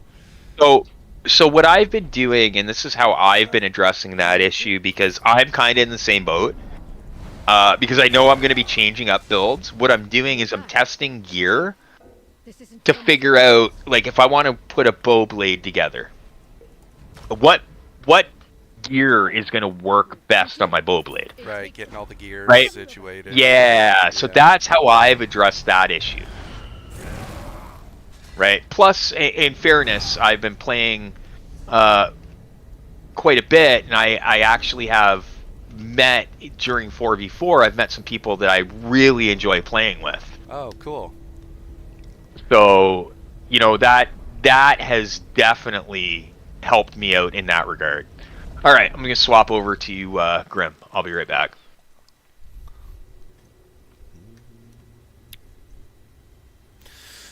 Look at my characters. I got Scorpion for Mortal Kombat. Look at that. Scorpion. Get over here! Get over here. I haven't taken Spartan out in a while. I need to.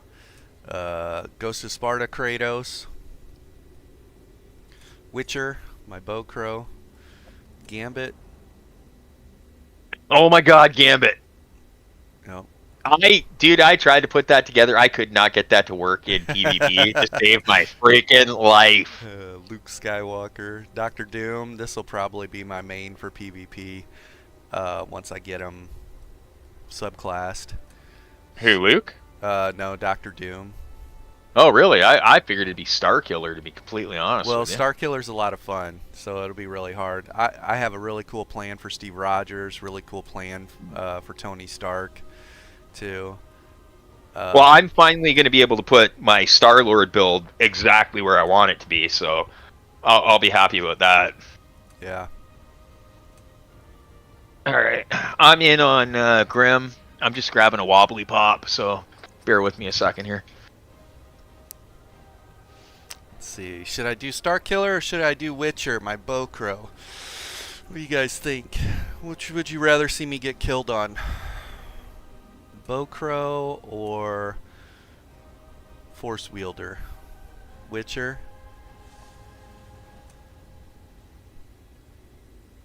All right, Watch. you were the first to the punch. We're gonna go Witcher. Watch him get killed. You're making me laugh, sir. But go with the fun one. Oh, they're both fun. I like Witcher.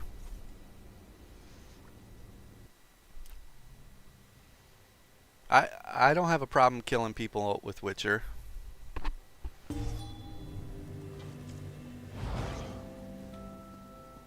So it's a Oaken Soul setup, which will change, but we're running Eternal Hunt, which has good recoveries, and then it lays down the poison trap that has a little bit of damage to it, but it immobilizes people. So we have access to an immobilization and access to Magnum Shot, which is a stun. And so, and we can do some really cheeky like stuff. So.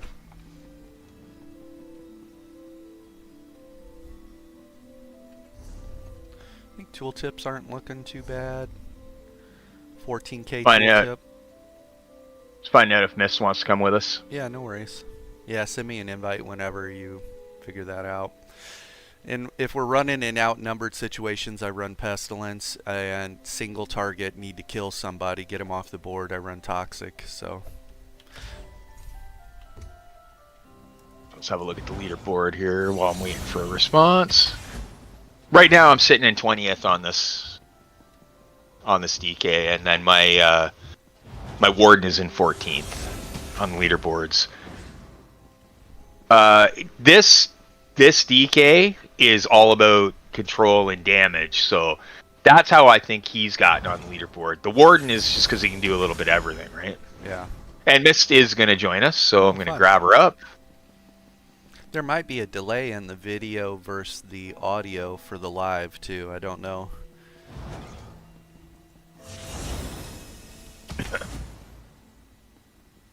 Shot her an invite. She may not be able to join us because she is in Imp City right at the moment.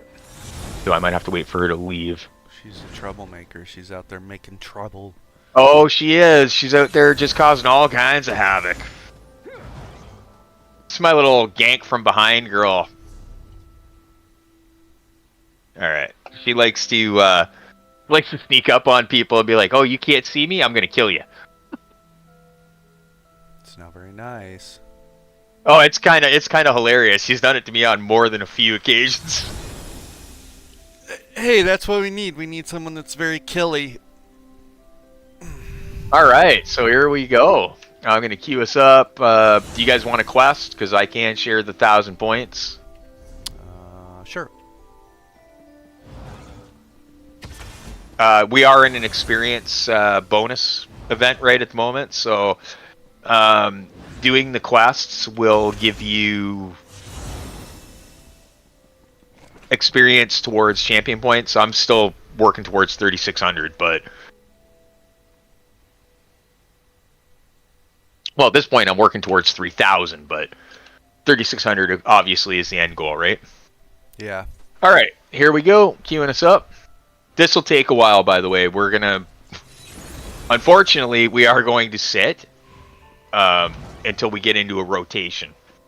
Okay. But my guess would be, and I'm gonna predict this right now, our team is most likely gonna get somebody with 18 to 22k health, and that person isn't going to speak. That's my prediction. What's your maximum damage that you're guessing that they're gonna do? I will give them 85k damage. All right. Oh my gosh. I'll know when we get into the because I know most of the people that do 4v4s. So Okay. we got in pretty quick, and it's a death match. Wow, look at that! You guys are witnessing my first battleground in the new. Oh no, we actually have a player. That person is an actual player, so we're okay. I don't know this map. This is gonna be fun. Yeah, this is a brand new map. It's just a big circle. Okay. Line of sight behind the pillars. Can you go up? Oh, you can't No. go up. Oh, you can here, but not once you jump down. Okay.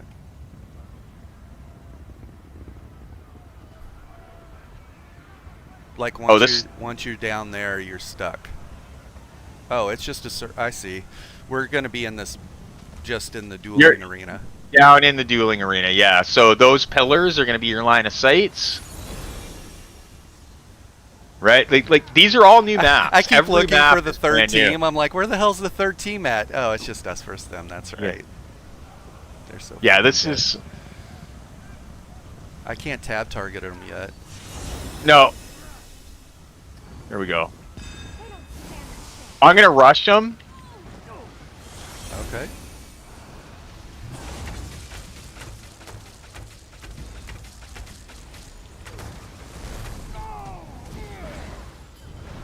One down. Two down. See, and this is what I'm talking about. You get one team that is just way too strong. And then we pull back. Gonna sit up there, right? No, they'll come back down. If they're decent players, they'll come back down. They'll try and formulate a plan for the second round, and they'll come out hot. If somebody leaves, they may get a player that can change the tide a little bit. But we definitely have these guys outclassed. This isn't even a close match.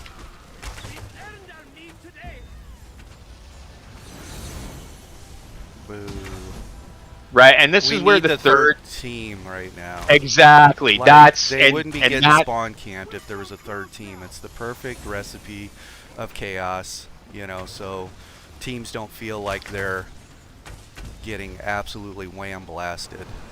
and this is what I was saying, where for the competitive, this one specifically, like that's 540 to 0. Did anybody on our team die? No, not a soul.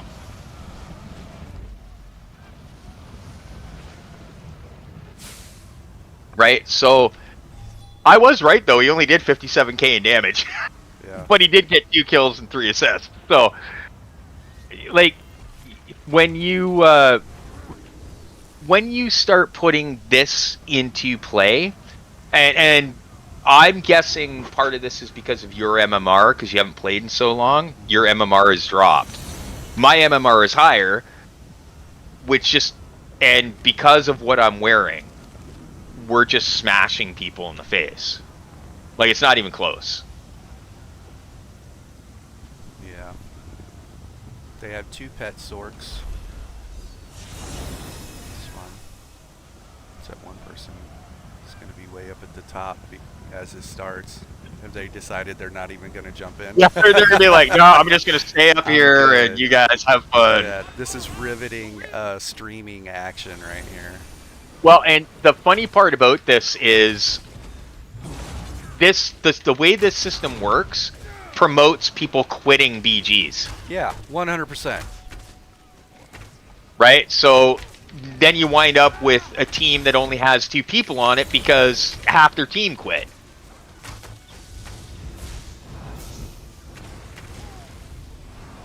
Ooh, I almost died it there.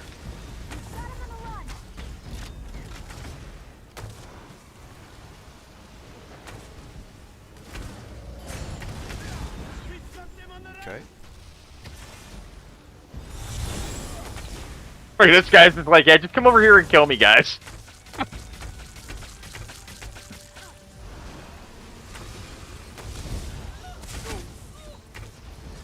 Yeah, this is just like a shooting fish in a barrel. Oh yeah, like it's not even fun, right? So not only is it not fun for them, Yeah, this is but terrible if you are an experienced PvPer, this isn't even fun for you. Yeah. Why would you want to do PvP again with this happening? Exactly. And this has been my point for a while. This is where not having that third team is a huge detriment to anyone that's trying to learn how to PvP.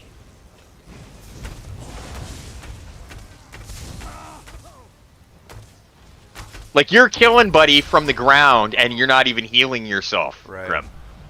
Right? So She's Yeah, like, that's these e- type of matches, she quits. yeah, so when she's by herself, when she's on that team, She'll be like, no, I'm done. Perhaps we can complete a writ or two on our downtime. Like, this is a no execute DK. I went 3-0 and 17. Yeah. Right? So now you put an execute on him. What do you think's going to happen to that team? And they clearly had, so, and I want to point this out. If you bring up, are you still in the battleground, Grim? No. Am I supposed to be there? Oh, well, if you bring up the screenshot, and I'll take a screenshot of it. The battleground. So their one guy, who I'm almost positive was a bot because he literally did nothing, had 7k in damage, went 0-6 and 0 with 55k in heals. Right. Right? And I'm pretty sure he was just added to the group to fill in the battleground. Yeah. That's a bot, right? Right? And like, and he's, and the worst part is he's on a Templar. His beam is going to do more than that. Right. Right? Like, the J-beam's going to do more than that. Like, that's not fun for those guys. If they're first timers, so let's say he's not a bot. Let's say he's a first time player. He's never going to want to go into BG again. Because he's like, well, no, I'm not doing that. Yeah, he'll be like, PvP's stupid. Right? So, now I'll queue us up for the 8v8. And you can see what the difference there is. Does that sound good? Yeah. Alright. Because 8v8 is way worse. You think that's bad? Wait until you see 8v8. Yeah, we'll be the ones getting farmed, won't we? There's a good possibility of that. And that could be with you, me, and Mist smacking people around and still getting farmed. Like, it's just crazy. Right? And that's the other thing, too. So they've come out with this. This is new as well. I don't know if you were around for it. They have PvP weekends now. Starts on a Thursday. And they pick a game. So, Chaos Ball, Crazy King, whatever. And it runs for 5 days. And it's only 8v8. So 4v4 is still random. You get whatever. But 8v8 is 5 days of Chaos Ball, or 5 days of running the Relic, or 5 days of Crazy King. By the end of that 5 days, you just want to blow your fucking brains out. I'm sorry. I'm not supposed to say that on your stream. I apologize. But you do. Yeah, it gets old, huh? It gets old real quick, yeah. It's not fun. Like, if you're going to call it a weekend, do it on a Friday, end it on a Sunday, and just be done with it. Nobody needs 5 days of that crap. Like, they just don't. And they always skip deathmatch. That's the funny part. Like, they'll do all the others twice, and then they'll give you a deathmatch weekend. Yeah. It's crazy. Yeah, one deathmatch weekend for PvP event. Double up on all the objectives. Well, it's funny that they pushed back the Vengeance campaign, because I was almost 100% positive that when they launched the Vengeance campaign on, Tuesday of next week or Thursday of next week? That they were going to bring in, that our event would be White Streaks again, so they could test it out. But they pushed it back, which means that White Streaks is probably not coming now until later in the year, right? So I don't know. They might do White Streaks just because of subclassing, right? This will be your first. That'd be awesome. First chance to take subclassing out and.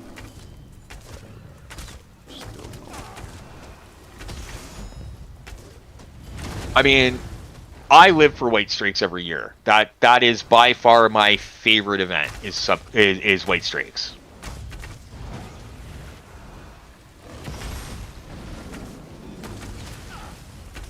Right, and I really wish that when they did these events, they did incorporate, like, I know we have a dedicated one, right?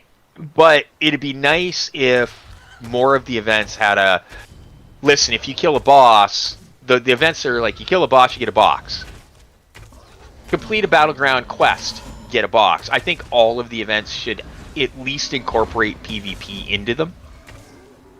And they don't. Right? Like they have what, 6 events a year, 7 events a year that are dedicated to PvE, and 1 for PvP. Yeah. Okay, come on, man. You gotta include the PvPers. You have to. Yeah. Just make the Those rewards different to make it to where you could even run events simultaneously. You in PvP right now, we have a thing going that if you do this, that, or the other, you get a unique reward, and if you're in the PvE realm, you get a different reward. You know, something for everyone. Unless they're Right, so and worried about the population, like, no, we really need all hands on deck for whatever we're doing because there's not a lot of people playing. so I don't know if you remember back in the day when you did Battlegrounds, if you finished on the leaderboard in a Battleground, you would get gold rewards, right? Right? So now doing 8v8, you cannot get those gold rewards. You have to do 4v4 competitive, which we just saw what happens in 4v4. One team can absolutely decimate another team. Yeah. Right? And that's fine for competitive. It is what it is. But in 8v8, the same thing is going to happen, but those people don't get the chance to get those rewards. And those rewards can actually turn out to be really good. Like, it's 50 transmute gems for finishing on the top of the board, right? So this week, with my 2 tunes that are in the top 100, I'll get 100 transmute gems, not counting the gems I get for my dailies, right? So I'll get 100 transmute gems. I'll get 2 gold pieces of gear, right? Plus I'll get another piece of gear, and possibly a bauble, which is worth 10,000 gold, yada, yada, yada. You can only get that if you do 4v4. And you finish in the top 100. And a lot of people are like, well, top 100, that's easy to do. It's actually not. So if you were to bring up the leaderboards and go to competitive battlegrounds, there's still 4.5 days of BG to go, and the guy in first place already has 132,000 points. Yeah. I'm in 14th with 60,000 points. Right? Like, it's not as easy to wind up on the leaderboards as you think it might be. The guy in 100 has 20,000 points. Right? So they've turned being on the leader, and the funny part is it's really not that hard to it's hard to get on the leaderboard, but it's not hard. Do your 3 quests each day. Right? So that's get 1,000 points, win a battleground, and play 5, and you're going to wind up on the leaderboards. You just are. It's going to happen. Yeah. But you got to keep up with that each day, right? Like, it's very grindy. And the rewards don't really make it worth being on the leaderboard. Yeah. I think I'm by myself at this event, whatever this is. Where are you? I don't know. No clue. Oh, I don't know where I'm here No somewhere. I'm here somewhere. I'm having a look. You are in Solitude. Or, sorry, in Western Skyrim. And Mist is in Solitude. You are somewhere else on the map. There's an event going on there? I don't know, whatever this is with all these tendrils coming out of the ground and big werewolves running around and... Grim's playing with the wolves. Uh-huh. So here's the other problem. We're queued up for an 8v8 right now. Okay. Are we even going to get in queue? That'll be the thing, right? Well, and that's the thing. We're not getting in. And here's the issue with this. So 8 and 8 is 16, right? Yep. So you gotta have 16 people just to get the battleground started. But if you went 4v4v4, you're only looking for 12 people. right? So in this situation, we literally, I said it's going to take us a while to get into the rotation for 4v4, and we were in within 5 minutes. We've been in queue for almost 10 minutes. So I'm going to take us out of queue, and I'm going to queue us up for 4v4 as well. And let's see how quickly we get in now. So we were in for 9 minutes in that queue. So this again goes back to 8v8. You're looking for 16 players. And the match will not start, by the way. If there's 7 members on the other team that are better than the 8 on this team, that match doesn't start until they get an 8th player. Oh, okay. So you'll sit there for 5 minutes waiting for them to get a player, then that match fails, you get kicked back out, and you gotta go back into queue and wait.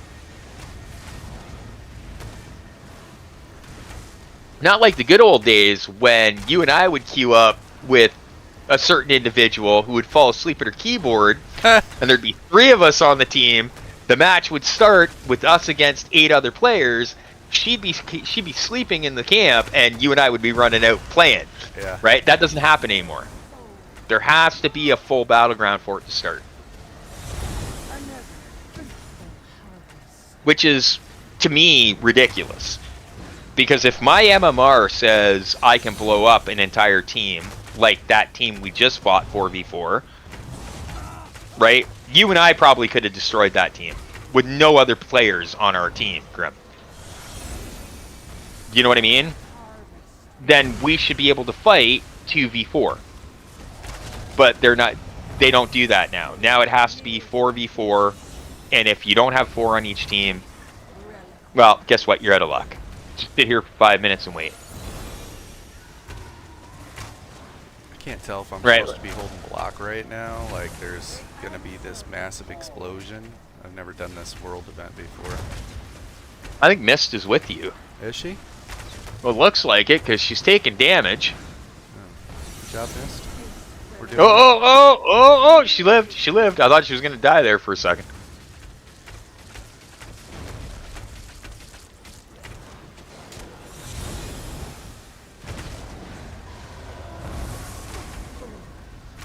This is kind of fun. It's not PvP, but it's fun. Listen, Whatever some of this the PvE stuff that they put in, I rail against PvE. Full disclosure, I'm not a PvEer. I do not like questing. Drives me insane. I don't like being forced to do things I don't like to do. That being said, when new gear sets and stuff come out, I have no problem farming dungeons and getting gear. But some of the stuff that they have put in recently is way better than it was when I started. Like, way better. I don't know what I should be attacking here, so this is interesting. Oh, there's other people here. He's attacking the tendril, so I'll just attack it. Kill the tree branches, ignore the ads, kill the main. Okay. Oh, there you go. See, and that's the other thing. There are a lot of... The community in ESO overall is very, very good. And that includes the PvP community. Yes, there are hate whisperers. There are people that just gotta say something. They gotta teabag you. They gotta be douchebags. But if you've ever played EverQuest or World of Warcraft, compared to those games, yeah, no, we have an amazing community here. Like, amazing community. Do I still think there's gatekeeping in this game? I do. It's one of the reasons that I like Grim as much as I do. He doesn't gatekeep. If he's running a character, he will tell you exactly what he's running on that character. This is what I run. Right. Because it's fun. Right? There are other people that will not do that. Oh, well, we just got booted because Mist is offline. Oh, that's alright. That's okay. I'll drop her real quick here. Hang on.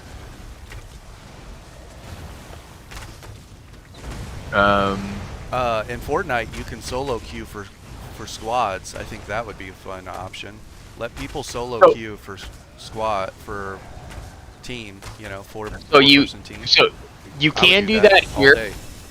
You can do that here, but you have to. So the easiest way to do it was you get the add-on Better Scoreboard, and then Better Scoreboard allows you to queue for all 4 of those. So if my Better Scoreboard, I can queue up, I can check mark 4v4 competitive, 4v4 group, 8v8 solo, and 8v8 group.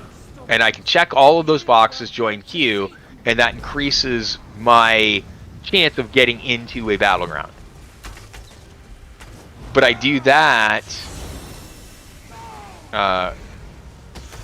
Sorry, hang on one second. Get rid of that. Get rid of that. All right, sorry. Sorry, my phone went off. I have to do that through Better Scoreboard in order for it to work properly. Yeah, she went link dead, unfortunately. So she'll be back. I'm not supposed to be able to be interrupted when I'm channeling that. Oh, stop it! Stop it! It's working as intended. One of the things so I actually look forward to this. Which alt are you using? Are you using Toxic? Barrage. Yeah. So I have found in Toxic Barrage, you're supposed to be able to move at full speed and not be interrupted, correct? Yeah. I found that sometimes you'll hit it, it'll do 1 tick, and then it just stops working. Like, it just stops. So it is, there are things that need work, and I think, again, we go back to the Vengeance. Let's talk about Vengeance campaign real quick here. We've talked about this, Grim, you and I. They're breaking it down to this base so that they can understand how PvP works correctly. Yeah.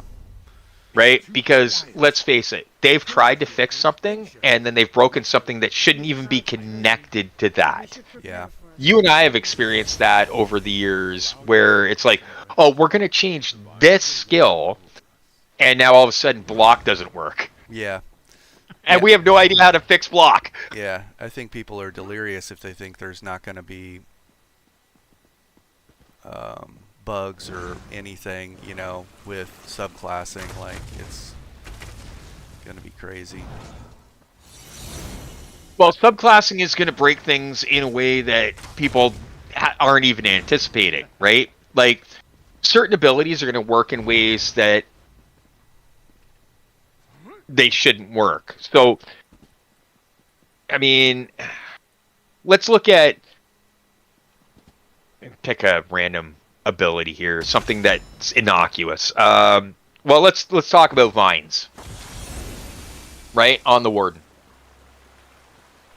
There are certain abilities that are going to make vines just ridiculously strong. Yeah. Right? When it comes to leeching health. Right? We've already talked about putting Hurricane on.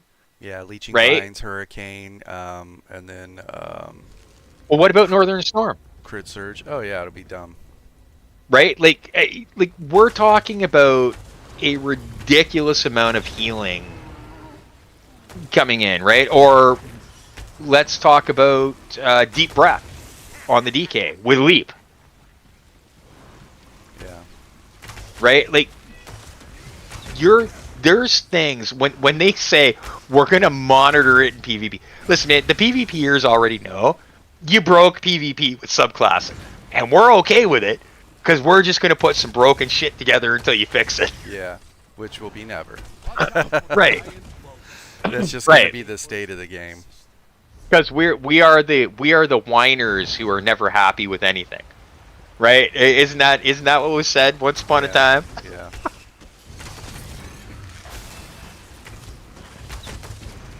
The fact of the matter is, I think PvPers would be happy if you just made the game run the way it was supposed to run. Yeah. Can we get it to For work? PvP, Will right? it work? Like, that's the question. like, just fix your stuff, man. Just fix your stuff. Yeah. I think that's actually what they were doing. I was telling Epic that I was like, I think Vengeance, everybody's like performance, but this dev team isn't the original combat dev team. So they're writing code to things that they didn't. They're trying to attach all their code that they're making to previously existing stuff, and maybe that's where the bugs are coming from. Like if we gave them the benefit of the doubt, right? Like they're trying to attach to things that they didn't originally create, and so nobody likes doing that. And Well, and it's and listen, so the guy that wrote MMR and the combat system here clearly was way ahead of his time. Right? Like, I mean, let's be honest. There is not another game that has combat like this does, and I've never seen a game that has MMR. Right? The magical mystery rating, as I like to call it, because nobody knows how it works. yeah, if there is even one in this game, right? Right. Like everyone assumes there's an MMR, and but okay, well, how's it work? Because we could tell you as dedicated PvPers how it should work, but are they going to do that? I don't know. So when you talk about that, now you got this new generation who's come in, who's cut and paste, right? Because I mean, I programmed when I went to school, and that was writing code. And within 5 years of me learning how to write code, it became cut and paste. Yeah. Well, this is what I want, so I take it and I put it here, and right? We used to write that from scratch. Yeah. If this, then this, right? Like that, we would write that as Ifs and code, whens, yeah. right? So, like, these guys have no clue how that system works, and fair enough. I'm okay with that. But honest to God, just like, if you're gonna strip it down, and this is where I come in with the Vengeance campaign. I'm fine with not having my sets work, but you have to give me my passives and my weapons. You have to allow me to decide whether or not I want to be stamina or mag. Okay? And I have to have some way of being, my DK can't be the same as your DK. Right. Right? Like, you're running this and this. Well, if I want to be effective, I have to run the same thing. No. You have to give me a way to differentiate my playstyle from your playstyle. Right? And I don't think that's that hard to do. Honestly, I mean, you and I have talked about this before. The easiest way for them to fix this would just be to take all the sets and say, if Cyrodiil, then no 5-line. Right. Right? Like, done. That's it. There's no calculation now. Yeah. It is use just the 2 through 4 piece bonus and then call it a day, right? Anon said, well, you guys are the ones who play at the highest level. The highest percentage is always more difficult to please. I've heard from other coder types that there is no formula for a lot of things that makes any kind of sense with what goes on in ESO. Too many multipliers are unknown there. Yeah, for sure.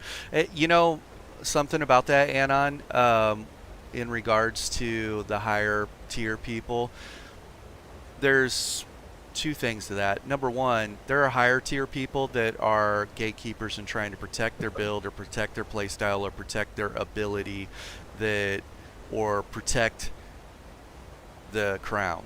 The reason they are a top tier is because they have this one thing that, you know, very few people know about, and they want that. Those are the people that should not be balancing the game, and those are probably the most loud voices in the room. those are the people that Zoss is listening to. Yes, those are the people that are the loudest voices in the room when you say, hey, Merciless Resolve, Specbo needs to be addressed, and those are the shills on the board. Yeah, 100%. And Well, but then there's other people like Is There No One Else, Wolf, me, like Real Godzilla, like players that actually play every class and just want to see balance done well across all the classes. If you could do the balance well across all the classes, we have a sustainable game, something that's much more enjoyable for people over a longer period. That's what I want. I played this for 10 years, 11 years. I want to play it for another 10 or 11 years. But the only way we do that is to make it work. And if the only way we can make it work is for you guys to write your own code, then do that. But in the process of writing your own code, you're gonna need advice or ideas on how ability should work to save yourself a bunch of heartache. Like, we PvP every day, so we could help you. But So to touch on two things there that Grim said. Number one, when we talk about gatekeeping, listen, I'm okay with people having their little. I run this and this, and I burst it this way. That's not gatekeeping. That is just the way they play, right? When we talk about gatekeeping, it's when somebody says, right. So Oakfather's bow has been broken for forever. You can backbar that, and what it does is for every, if you don't know what Oakfather's does, for every major buff they have, you get penetration. For every minor buff, you get weapon and spell. If you backbar that and you're fighting a ball group, that just keeps climbing. I've started a battleground with 8k pen and finished with 32k pen. Right. And here's the thing, they'll say it's a UI error. It's not a UI error because it is not. Absolutely dropping bombs on people. Like I'm light attacking for 12k. Yeah. So, now the people that have known about this forever and only let the people that are in their guild or people that they run with run that same item, that's gatekeeping. They're keeping it to themselves, not wanting the word to get out just so they can abuse that thing.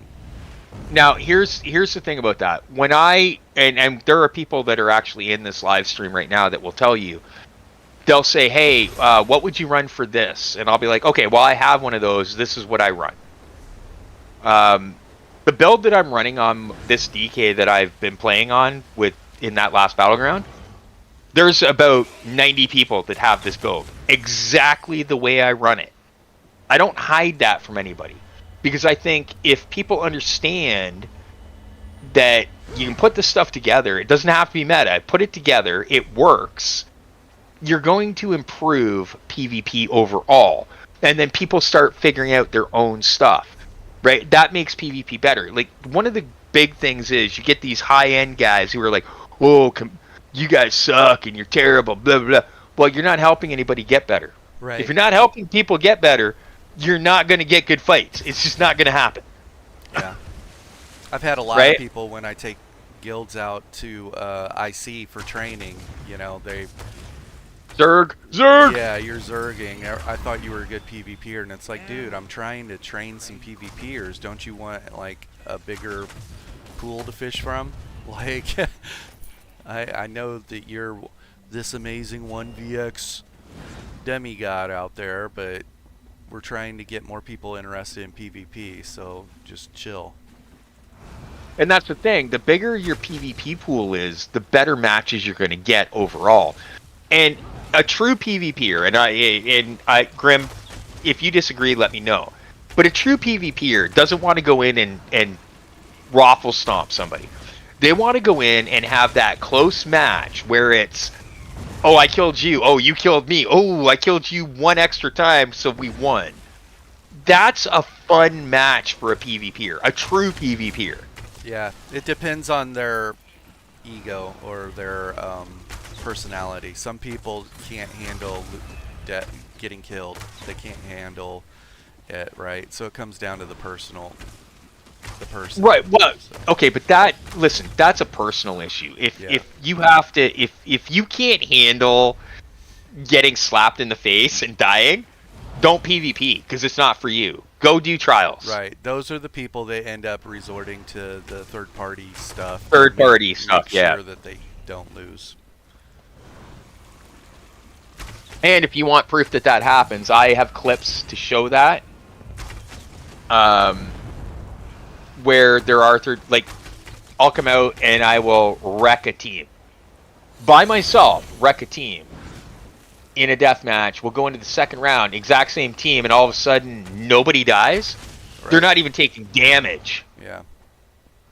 right? And then Seems you'll message legit. the person.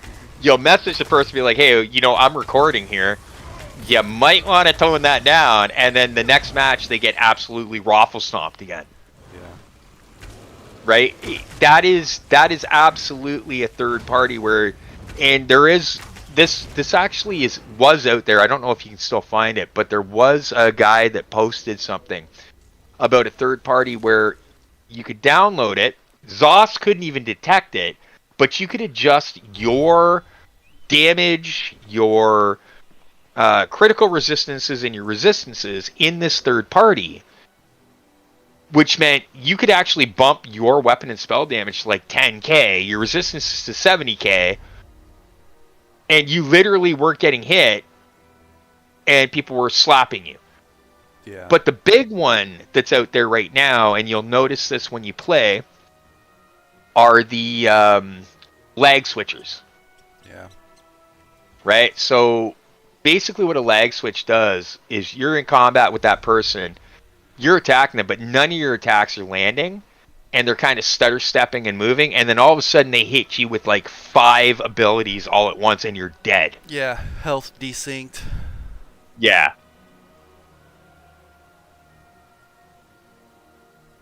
Right, no, those are real things that are happening in the game, and ZOS is having a hard time determining who's running them. So when I record, and here's the thing, so I want full disclosure on this as well, I've sent in about 30 clips of people that I know are lag switching, like I know they're lag switching, and I get the same response from ZOS every time. We've determined that they have not broken the rules of conduct. Yeah. It's basically what they're telling me, because they cannot definitively say these people are cheating. But if you watch the clip, it's really clear that they're cheating. Yeah. Like, it's clear. Yeah. I think that all that stuff, here's our battleground. I think all that stuff is just picked up by AI and not reviewed by a real person anyway, so. I agree. Yeah. All right, let's see who's in here. Okay, this will be a better battleground. Blue Dream is really good. Puny is really good. Pickle Rick's actually not too bad. Hang on one second.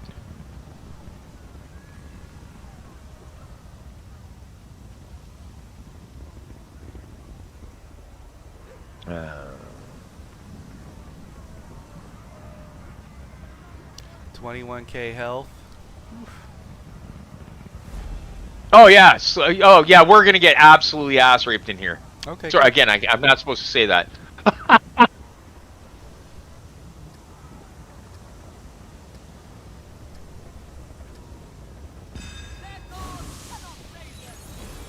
I hit enter and I meant to say no, it's Maelstrom. That's what I was gonna say.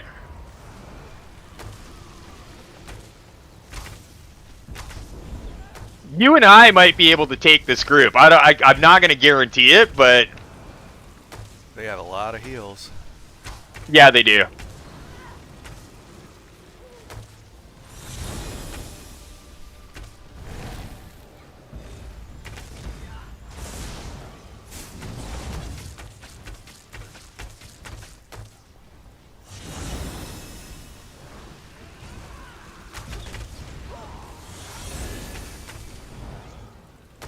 I'm trying to kill Puny because he's going to be their straight up killer.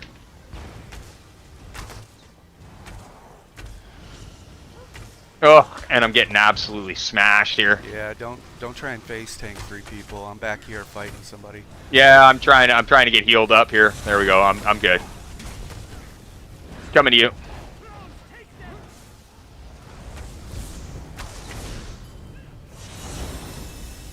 The fact that we're still alive is kind of mind-boggling. Here we go. Blue Dream. Yep.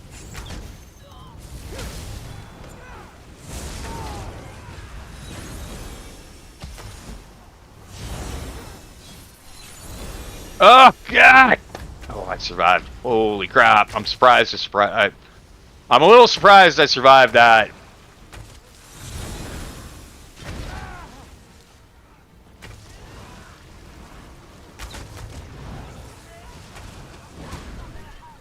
I'm right behind you, Grim. Yeah, we're good. I'm just focusing this dude. All right, we got one. We got one.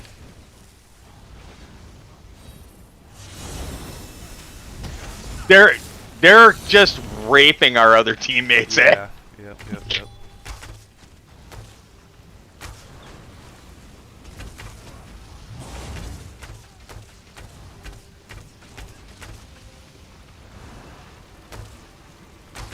I got Pickle Rick over here. Yeah, they're closing in on you. You're gonna have to play kite game. Yeah, that's what I'm doing.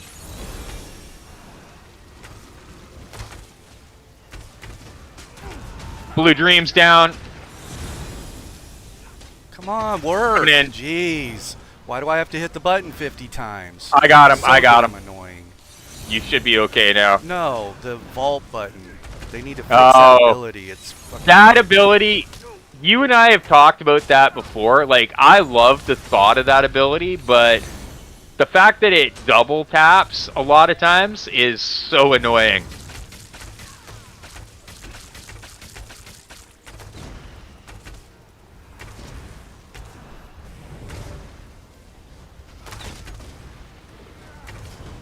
I literally hit it 20 times, dude. I'm dodge rolling. Why am I getting hit with direct damage while dodge rolling? So, I actually got told something the other day by somebody, and I'll deal with that in a second here once I get out of here and get healed up a little bit. Buddy told me, if it's an AoE, you're still getting hit now with the AoE. I'm getting hit by D-swing. Oh, okay. Then no, yeah, that shouldn't happen.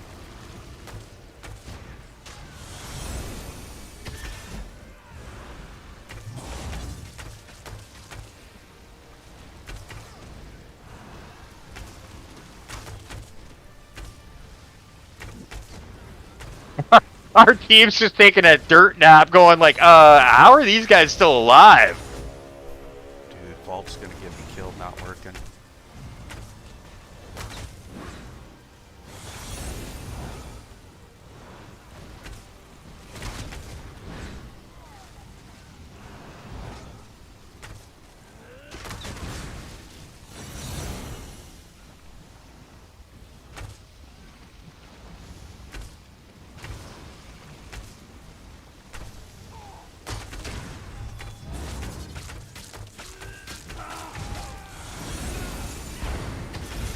Oh my god, and then it fires when I don't want it to fire. So damn annoying, dude.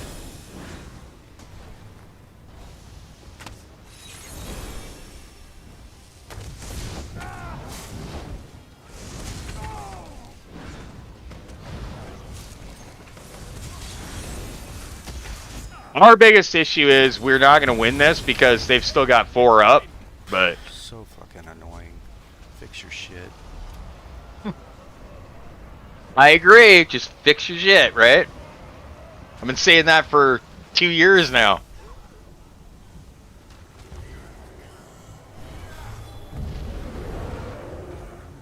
That was well done, though. I mean, you and I managed to survive through that. Well, the Nightblade's gonna focus me this match, and the Warden was just trying to run me down, so... I've got vault double firing, or not firing at all. Getting hit while I'm dodge rolling. You're gonna have to run left-handers just to get a shield when dodge rolling for the bullshit that's hitting you that shouldn't be hitting you.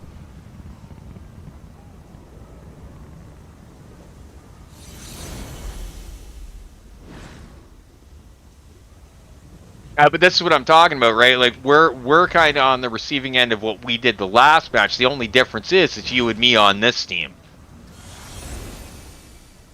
Right? So our two members who aren't great are benefiting from the fact that we're not getting absolutely lambasted every 5 seconds. Now that might change this match because they've determined who they need to focus. Do you know what I mean?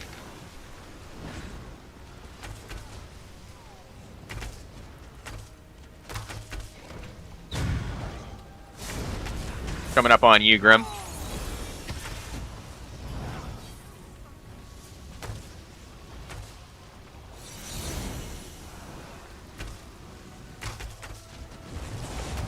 Oh, I'm gonna die here.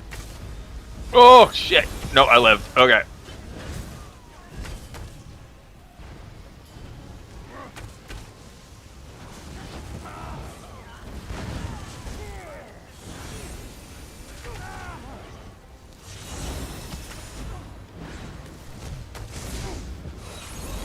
Looking for you. There you are.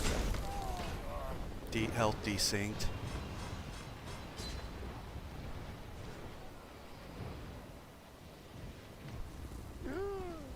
Yeah, not fun.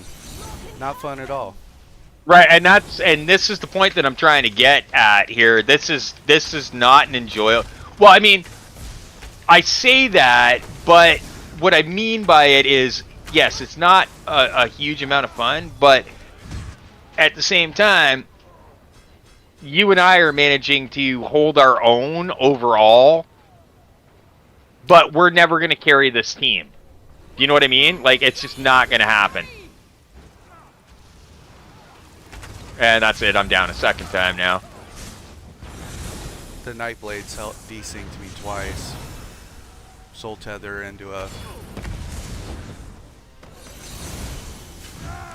why can't I fucking move? Jesus.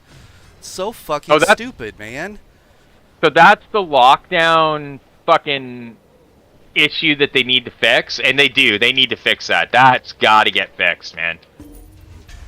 Why would you even want to play this, man? It's trash. It's fucking trash. It's trash. And that's what I'm saying, right? Like, we were on the... Unfortunately, we're on the opposite end this time. The first game, we smoked them, right? This game, we got smoked.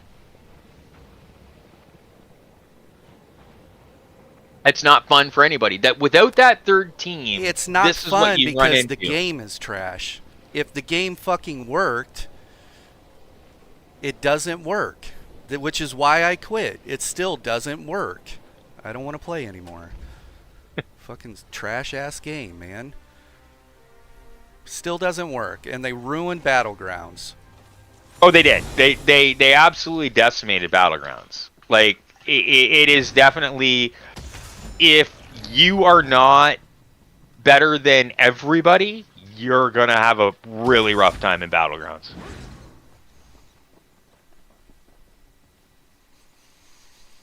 So damn right. Like, annoying. that is the unfortunate of what they've done when it comes to the BG PvP. I'm still here, right? And I do suspect that this is going to change a lot when Subclassic comes out. It's going to get worse because they haven't even fixed the shit that's broken. They're just going to compound. They're going to break this game even worse than what it is right now. That's what's going to happen. And that is very, very possible. But at the same time, for sure. At the same time, yeah, but at the same time, we're going to have a lot of fun putting together shit that breaks it too. Like, I don't even want to play that, man. I don't even want to play a game that's broken. Like, when I hit abilities, I want the abilities to work and then not decide to work 2 minutes later. I have fiber. It's not on my end. Like, it's just the game being trash. Yeah, so there is definitely some input lag. And it's so funny because about, I want to say 2 months ago, they talked about being under DDoS attack. Mm-hmm. But they didn't tell us right away. They waited until people were like, what the fuck is going on? And they're like, oh, well, it's standard practice not to tell you. And people were like, wait, what? Right? But then they admitted, yes, they were under DDoS attack. And this is happening a lot with this game, where they're under DDoS attack. Right? And listen, I am not being racist by any means, and I don't want to sound that way. But when they shut down the Asian server, and they merged us with the Asian server, a lot of this stuff started to climb. And part of the reason for that is it's actually illegal for them to play. Right. So they have to Right? use a VPN and yep. Right. So Official business. when we talk about that, for them to use a third party or to cheat, as we would call it, it's not that big of a deal. Yeah. Right? Yeah. Fortnite's having a big problem with cheaters. Like, you can't even do a cash cup or any type of high-end competitive or even in ranked. Like, people are using... Like, I can't move to the right now. What the heck was... What is going on? It's so Wait, stupid. didn't you tell me that some of their content creators are running exploits and they're okay with it? Dude, I can give you a list of their biggest content creators have 500,000 subscribers or more. First, I would take you to a video that shows you to train your eyes so you can see what aimbot looks like, or soft aim looks like, or what ESP or wall hacking looks like, right? I can show you these videos so you can understand how to recognize it, and then from that point on you recognize it clear as day. Like the difference between a real player's aim and someone using those things. And there's content creators that are some of their biggest content creators that just run around. It's called raging. They just run around with their aimbot on. And here's like some telltale signs that you can tell that people are aimbotting, right? Number one, they won't aim in on the person. They don't have to look down sight. They just can hip fire, and oh, what do you know? Every hit lands, and they're probably all headshots too, right? So the person gets deleted in a millisecond. So no scoping or no aiming required, and just melts people. That ability can be toggled on or off. And so what they're doing is they're raging or just melting somebody, hitting every single shot, no matter if like I'm flying through the air, run sliding, and whatever. They land every single shot, and then they toggle it off because after you get killed by someone, you go into spectator mode. Right? So now you're watching from their perspective, and then they toggle it off. Some of the people don't even care, and they'll just keep raging, and because the hackers will just buy a new account. They'll like, go ahead and ban this account. And another thing too is they'll rage like that and win cash cups, and there are people that have won like $10,000 and $20,000 in cash cups, which they're like $1,000, $100, $200, $1,000. So to get up to $10,000 and $20,000 is a lot of wins. They've been raging for 3 months and not got banned, and that's because of how they handle banning people. They want to make sure that whatever exploit they're using, that iteration of the hack, everyone that uses it gets banned. So they'll let that person rage and run and do whatever. But anyways, another thing that you'll notice is ESP and wall hacks. Wall hacks is like when I'm looking around in ESO right now, say we were in Cyrodiil, a wall hack would allow me to see all enemy players, and it would Through the walls or at whatever distance they are. It'll show a little icon. It's basically a little stick figure inside their body, which is the stick figure that your attacks lock onto if you're using soft aim or aimbot, right? And so you can see where they're at. So a lot of people I actually did see a video on that. Yeah, okay, go ahead. You can see them, and most hackers will just straight line. This dude's across the map behind a mountain, right, or behind buildings.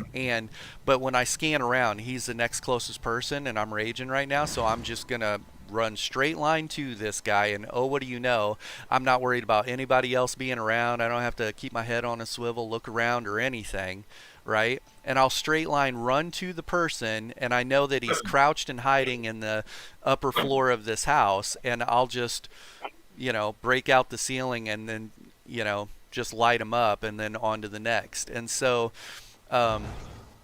but there's actually like Just a Beast. He's dedicated pretty much to finding hackers in cache cups, and then Typical Gamer has a hacker hunter series that he does on his video. But there's huge 500 million subscriber people, and they'll claim to be the best zero build or the best Fortnite player, and they're clear as day hacking. When you jump up in the air and spin your camera 360 degrees around you and immediately lock on someone's head and no scope snipe them, you're cheating. I don't care. People will be like, nah, man, I no-lifed this game. I've played this game since. I don't care how long you've played it. When you spin your mouse or your controller in a 360 and land right on someone's head with a no scope, Well, in that, you got to be the world's luckiest person, or you're cheating. So in that vein, to say, well, I've no life this game. Grim, how long have you played this game? I was a beta tester for it. Okay, so in that vein, in that theory, you should never die in PvP, right? Like, you should kill everybody.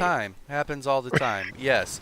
And Like, those guys you know what I'm do saying? the most ridiculous things, but have millions of subscribers. They're making a livelihood off of it, and the gaming company is allowing them to do it because it's pushing their game. And it's just like, that's business. I get it. But how about integrity? How about you go and you start take a real stand against cheaters and start getting these people out of here? See, and I think that's important too, right? Like, understanding that, listen, if your ego can't allow you to die and you can't lose, and then maybe PvP isn't for you. Like, because the reality of the situation is, sometimes shit just doesn't work. There is lag input. There is a lot of shit that goes on in PvP that you go, I have adopted this whole philosophy now. When I get really frustrated, I just say, you know what? I'm done for the day. I'll shut the game down and I stop playing. I'm done. And I'll come back to it when I'm ready to deal with it again. The majority of the time, I am very meh, shit happens.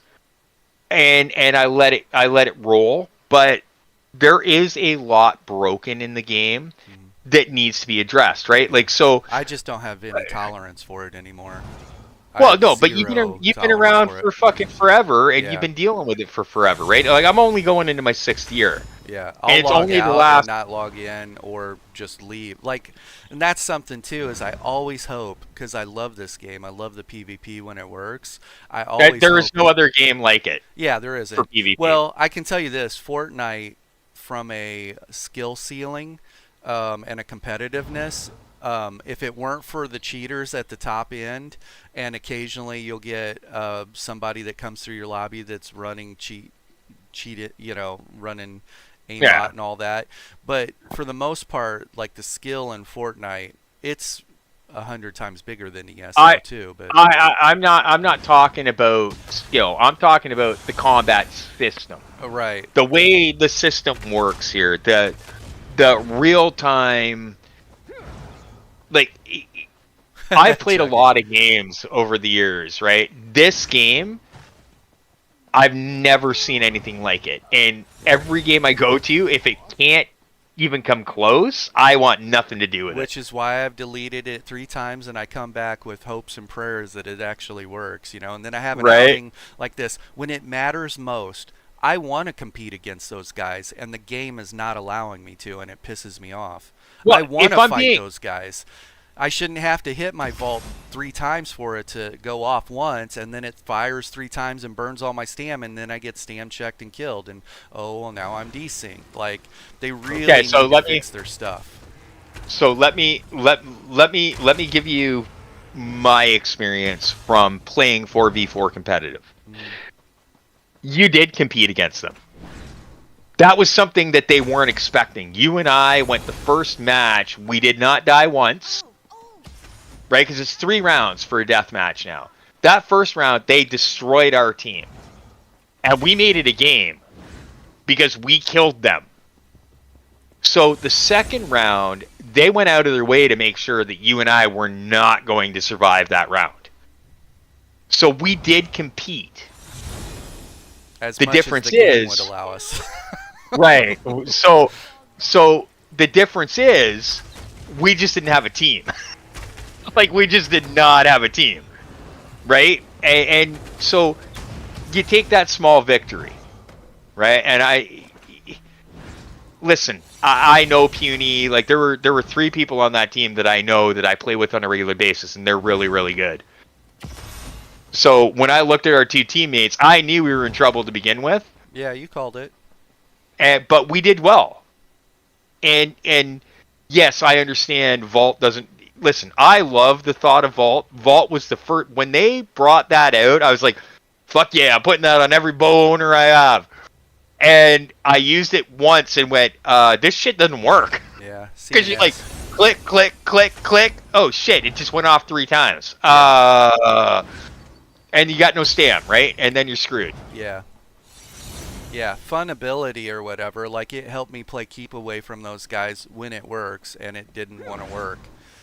And then all of a sudden it would double fire and burn a ton of stam. Burn. Yeah, and that's part of the problem, right? And that's the other thing too with the skill crafting. It costs way more to use that skill, like way more, like 4,000 to put a shield on somebody in mag. Well, dude, man, I don't have any mag, and I don't have mag recovery. What the hell? Yeah. You know what I mean? So, yeah, I mean, they tried to balance in that way, and that was the other thing too that I was going to say earlier. When we talk about balancing the game, this game is never going to be balanced, right? Like, there are certain classes that are going to be stronger than other classes. Like, J-Beam... Abilities Listen. now. You can't even say classes. Yeah, well, that's the thing, right? Like, so abilities. But originally, classes, like, DK is their baby. DK is always going to be their strongest class. Sorry, but it is. There's a reason DK is S tier every year. It's because that's their baby. That's the class that they've decided is going to be the best class. When it comes to survivability and yada, yada, yada, right? Then you look at Sork. Sork went through a period where it was really, really rough, and now it's just stupid overstrong. Like, everything they have just obliterates people. I can drop a Mage's Wrath on a guy with 50% health. One guy hits him and drops him to 25, and he pops. He's done. And I get the kill for it. Nightblade, we're talking about globals, right? Coming out of stealth, oh, you got 30k health? Guess what? My opening combo burst does 50. You're done. So, those classes are always going to be super strong. And then you got your classes that they've decided are just going to be weak. Right? Necro. I love my Necro. Love him. But he doesn't have the survivability that I would love. That's going to change on the 2nd. Right. And now Necro is going to be a force to be reckoned with because A, they're going to get brutality and sorcery. B, they're going to have better heals. And C, they got the best cleanse in the game. Guess what? You're going to sleep. Necro's just going to rape you. Yeah. Well, here's the thing I was looking at on a lot of my different builds. I can pick and choose the hardest hitting things from the different classes. I don't even have to worry about where my heals are coming from because of scribing. Like between Right. Soul Burst and Ulfshield's Contingency and Resolving Vigor. Shielding Ward. Shielding Ward. Like between those things, I've got a really good healing kit. So that allows me to put a Blast Bones with a Merciless, with a Deep Fissure if I want, with a spammable, right? If I wanted to run all that stuff and then an execute. My front bar, 5 abilities, could be a spammable, a CC, and then Blast Bones, or Blast Bones, Deep Fissure, and Merciless, So, or I could run two of those and then execute, whatever, it's like... And let's be fair, Blast Bones still, even though they got rid of stalking, that Blast Bone still hits really fucking hard. Yeah. Like it does. It hits hard. applies major to I keep file, swearing. I know you. I know you're on YouTube, and I keep swearing. I apologize. I am not a PC person, guys. Sorry. But yeah, no. Like blast mode still hits like a freight train. Like it really does. So if you can manage to get that up and land it, and here's the other thing, and this is something that I think that people, and I'm going to try it again. For anybody that doesn't know about the Necro, one of their abilities is animate blast modes, is one of their ultimates. Well, if you run a pet Necro, and you can time that correctly, you can get 6 blast bones to land at the same time. Like, it's ridiculously strong. Yeah. So, you know, if you wear, it's not the one you were talking about, but the one set from Infinite Archive makes you a corpse. Then you count as a corpse, and when you cast that ability, it actually raises the blast bones off of you. Yeah.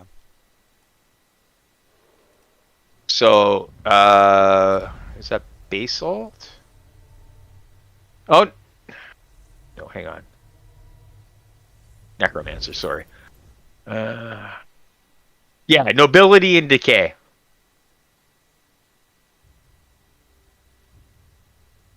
Turns you into a corpse, and then if you're running nobility and decay with that animate blast bones, yeah, you can get you get up to 6. So currently you can get, I think it's 5 to land. If you start adding in Sork pets and all that, you're talking like that could be a really deadly combination. Yeah.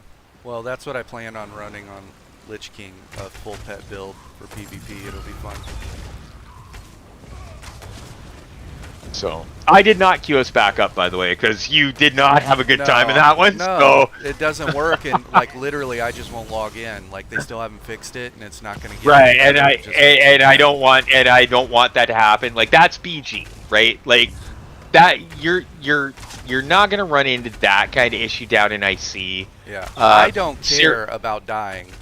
I care about dying when abilities aren't working. If the game doesn't work, it makes me mad. Like, I know that when I press an ability and it's not working, and I understand CCs and all that stuff, like, you know, some people will go back and watch it and like, dang, Grim had an aneurysm when he got stun locked. It's like, because I broke free and could not break free and could not dodge roll and could not do anything and had the stamina to do it. Like, I understand all of it. So I relate to that because as much as I do this, there are days where I'm like, are you effing kidding me? Yeah. I hit my heels 7 times and it didn't go. Yes. Yeah. That right? Like there. I get it. I get that. Subclassing isn't going. Adding subclassing isn't going to fix that. Whatever that is why I've quit over and over and over again. Is because when I need the game to work, it doesn't work. No, and I listen, and I get that, and that's why I didn't queue us back up but I wanted to show you, and I think you got an idea of why their current BG system just doesn't work. Yeah. Oh, it's garbage. It's exactly what I knew it would be. You will be spawn camped. There's only 2 teams. There is no other team out there, or nothing else to do other than wait for you to jump down or kill you while you're in base. Like, dumb. Well, that first match, dumb decision. That first match that we had, we just literally obliterated the entire team. Right? The only reason that the second match went as long as it did was because you and I were able to stay alive. Because that team should have spawn camped us, right? And that tends to be the back and forth in the BGs. And like I said to you, MMR is supposed to work in there. That clearly was not a balanced MMR. You and I were supposed to carry the entire team. But once they figured out that you and I were carrying the team, guess what happened? We were getting Right. It was a real team versus Right? 2 players and 2 bots, right? That's right, yeah. So this is why I've said from day one, they just need to eliminate MMR completely, and people need to understand, hey, listen, sometimes you're the bug, sometimes you're the windshield, deal with it. And let it go from there.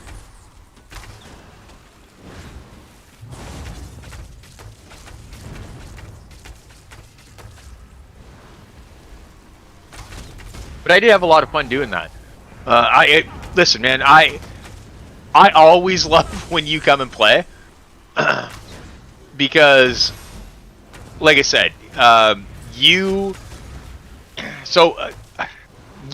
taught me how to PvP, and when you taught me how to PvP, I branched out and I met other people. And this goes to Hagrid. We were talking about him earlier. Oh yeah. Right? And listen, I listened to your podcast that you two talked about me, so now I'll talk about him. I remember meeting him where I reached out and I'm like, yo, bro, what are you doing?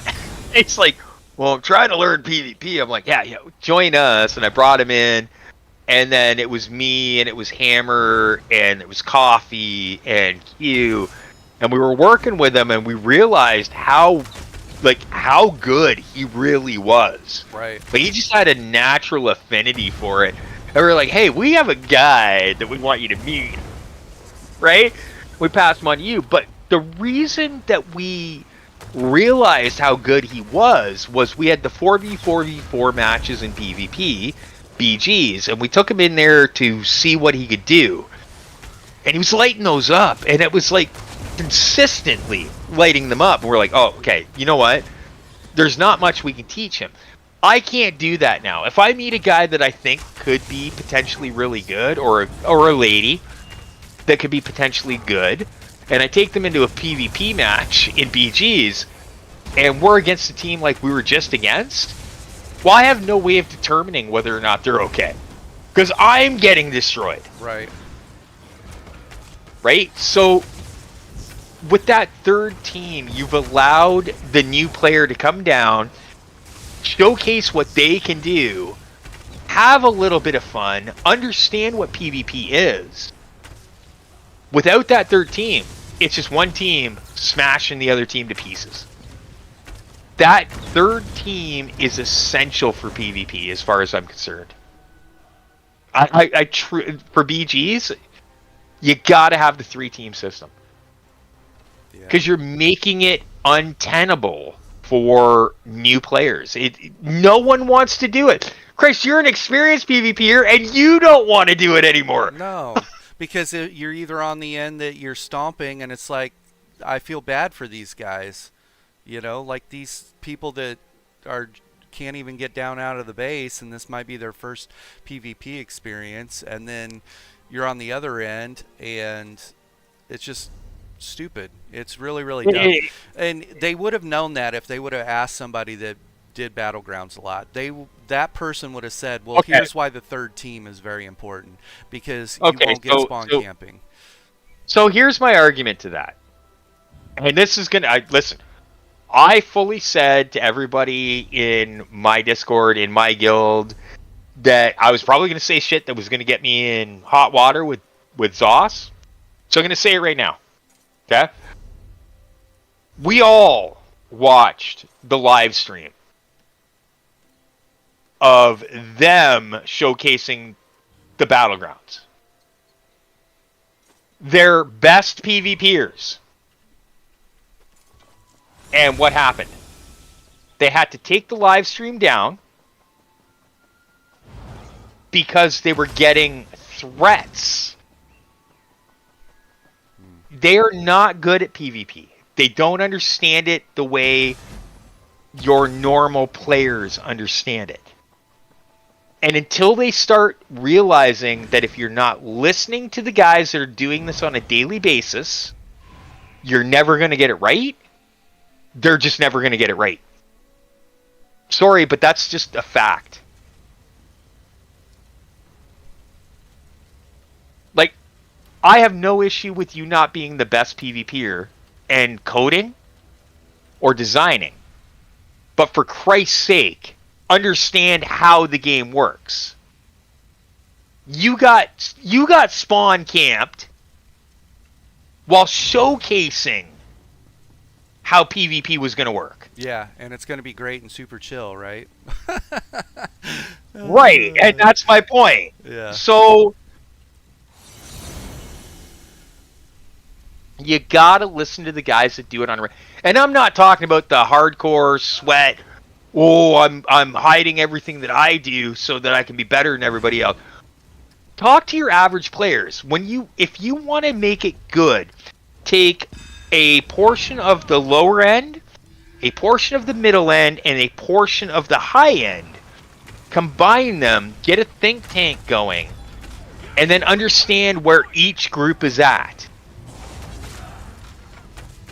Because you're never going to balance it for the low end if you're just listening to the guys at the top end going, well, I'm not going to tell you what I'm running, but if you do this, it's going to work really well. Because it's going to work for me. Right? Like, it's just, you're never going to balance the game. It's not going to happen. And I have friends like that. Don't get me wrong. Listen, I have friends that would gladly gatekeep you if it made them look better. They would. And they'd do it in a heartbeat. And I'm okay with that. But Zoss needs to stop listening to those jerks. They need to start listening to the guys who are like, hey, listen, I want to play a Necro, and I want to be really good on a Necro. Can we make my Necro better? Right? Like, and I'm not saying give the Necro everything in the world. Base. I solo queued for a battleground, and people just standing up in base. They're not even jumping down.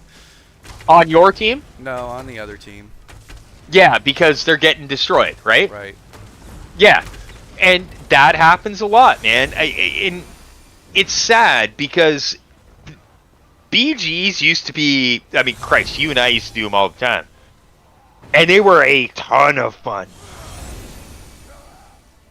They really were. I mean, I can remember queuing up with a team and you queuing up with a team and us just running around trying to kill one another.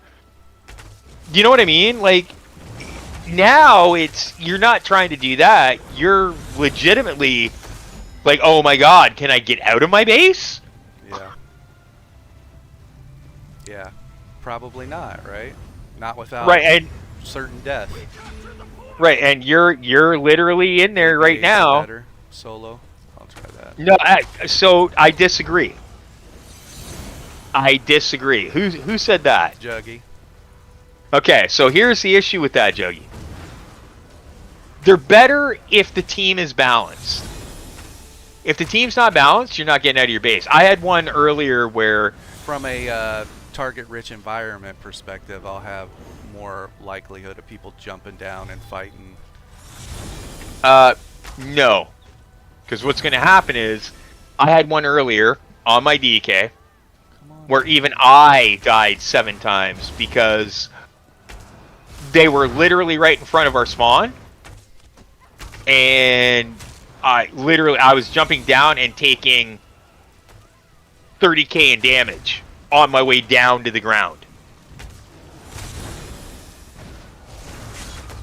So 8v8 is where I would like to see the 4v4v4 again. I think that's a better system.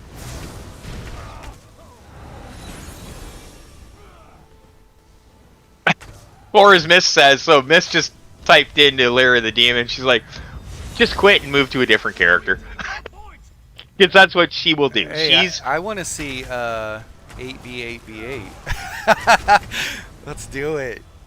Hey, you know what? I would be okay with that. If we had the numbers for that, yeah, I'd be okay with that. 8v8v8. How long are you gonna sit waiting? Right? Yeah, no, but I would be okay with that. Can you imagine those battlegrounds? That would be something. But it really would, because it would definitely allow you to spread out the skilled players with the new players. That would actually be a really good system. That's actually a good idea, Grim. The problem is, we don't have the numbers for it. Yeah. Yeah, that would be pulling all the PvPers. Yeah, you would literally be pulling every PvPer into an 8v8. Unless you were on the weekends. The weekends are a little bit different, but during the week, yeah, no. But yeah, I could get behind 8v8.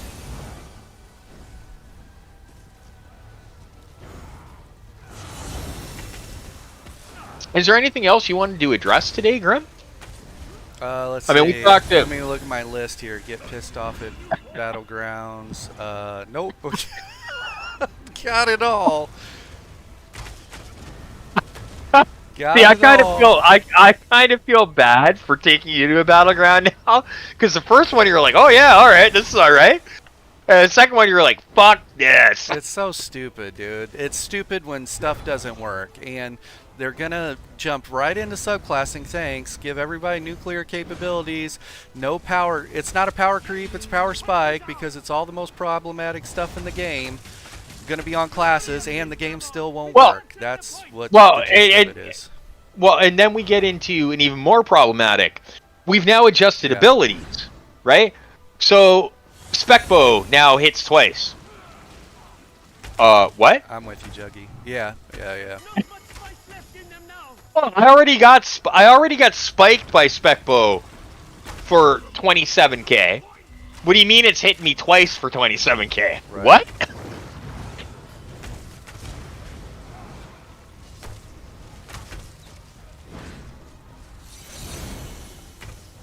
No, like,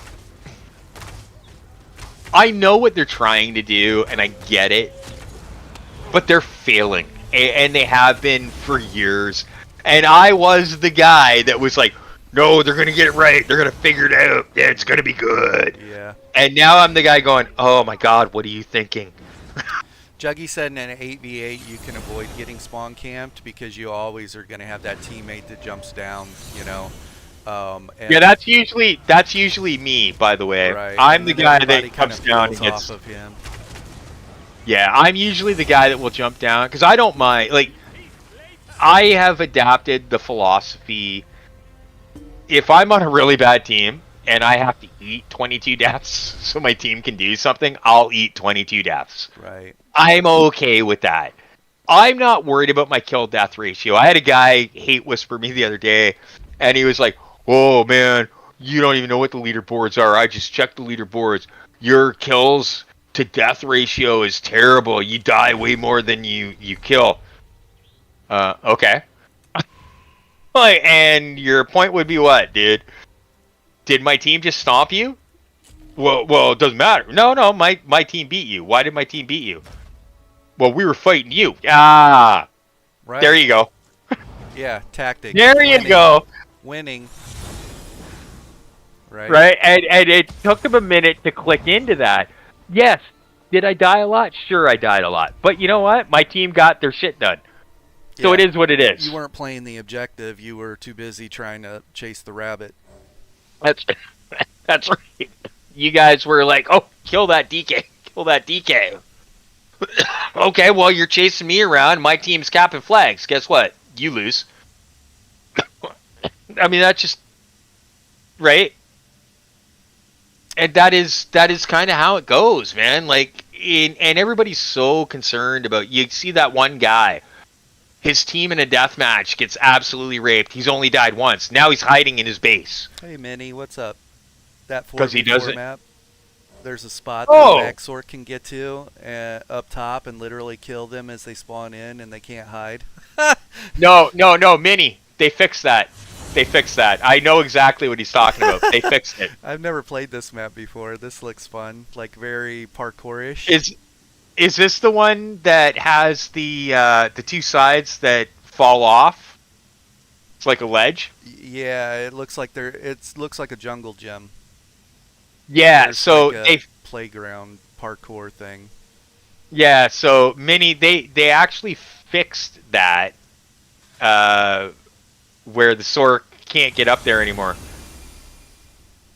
Yeah, you used to be able to jump up on the one fucking wall too, and shoot from there. You can't do that anymore. They fixed it. And hey, Minnie, it's been a minute.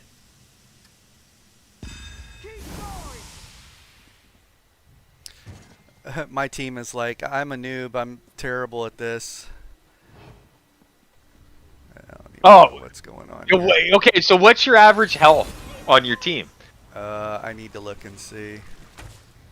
So again, I go back to there are definitely bots, right? This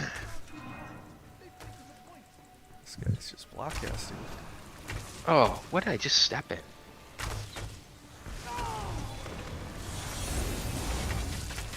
Oh, but blockcasting is so important.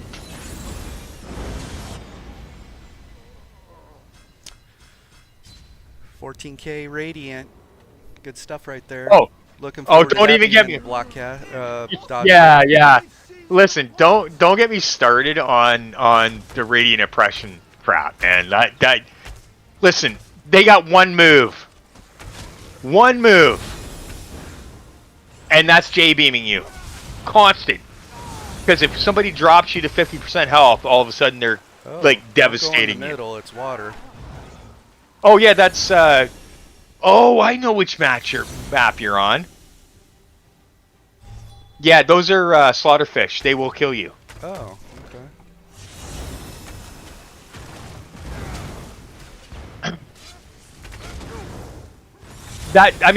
So they got rid of the lava, which you and I loved, but they added slaughterfish. So that's okay.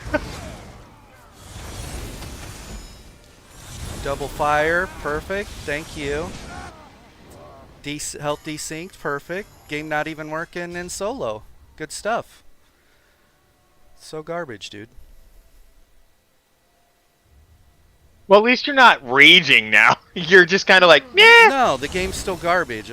I'm not gonna play it. It's garbage. It's absolute dog trash, dude. And them adding subclassing is only gonna break the shit more. Oh, subclassing is gonna break shit so bad. All right, that's the stream. I don't like this game anymore. I am not going to be streaming this anymore until they fix this, and they're never going to fix this. I'm telling you right now. They're going to keep releasing new dumb shit for the game and not fixing it.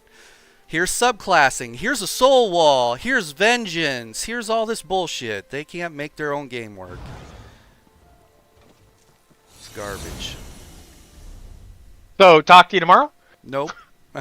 I'm going back to Fortnite now. I've got other games I'll play, dude. This game makes Oh, me I will still. Well, you better still talk to me. Oh, I'll talk to you. All right, man. This game, man. It's so garbage. All right, see you guys. All right, talk to you later, man.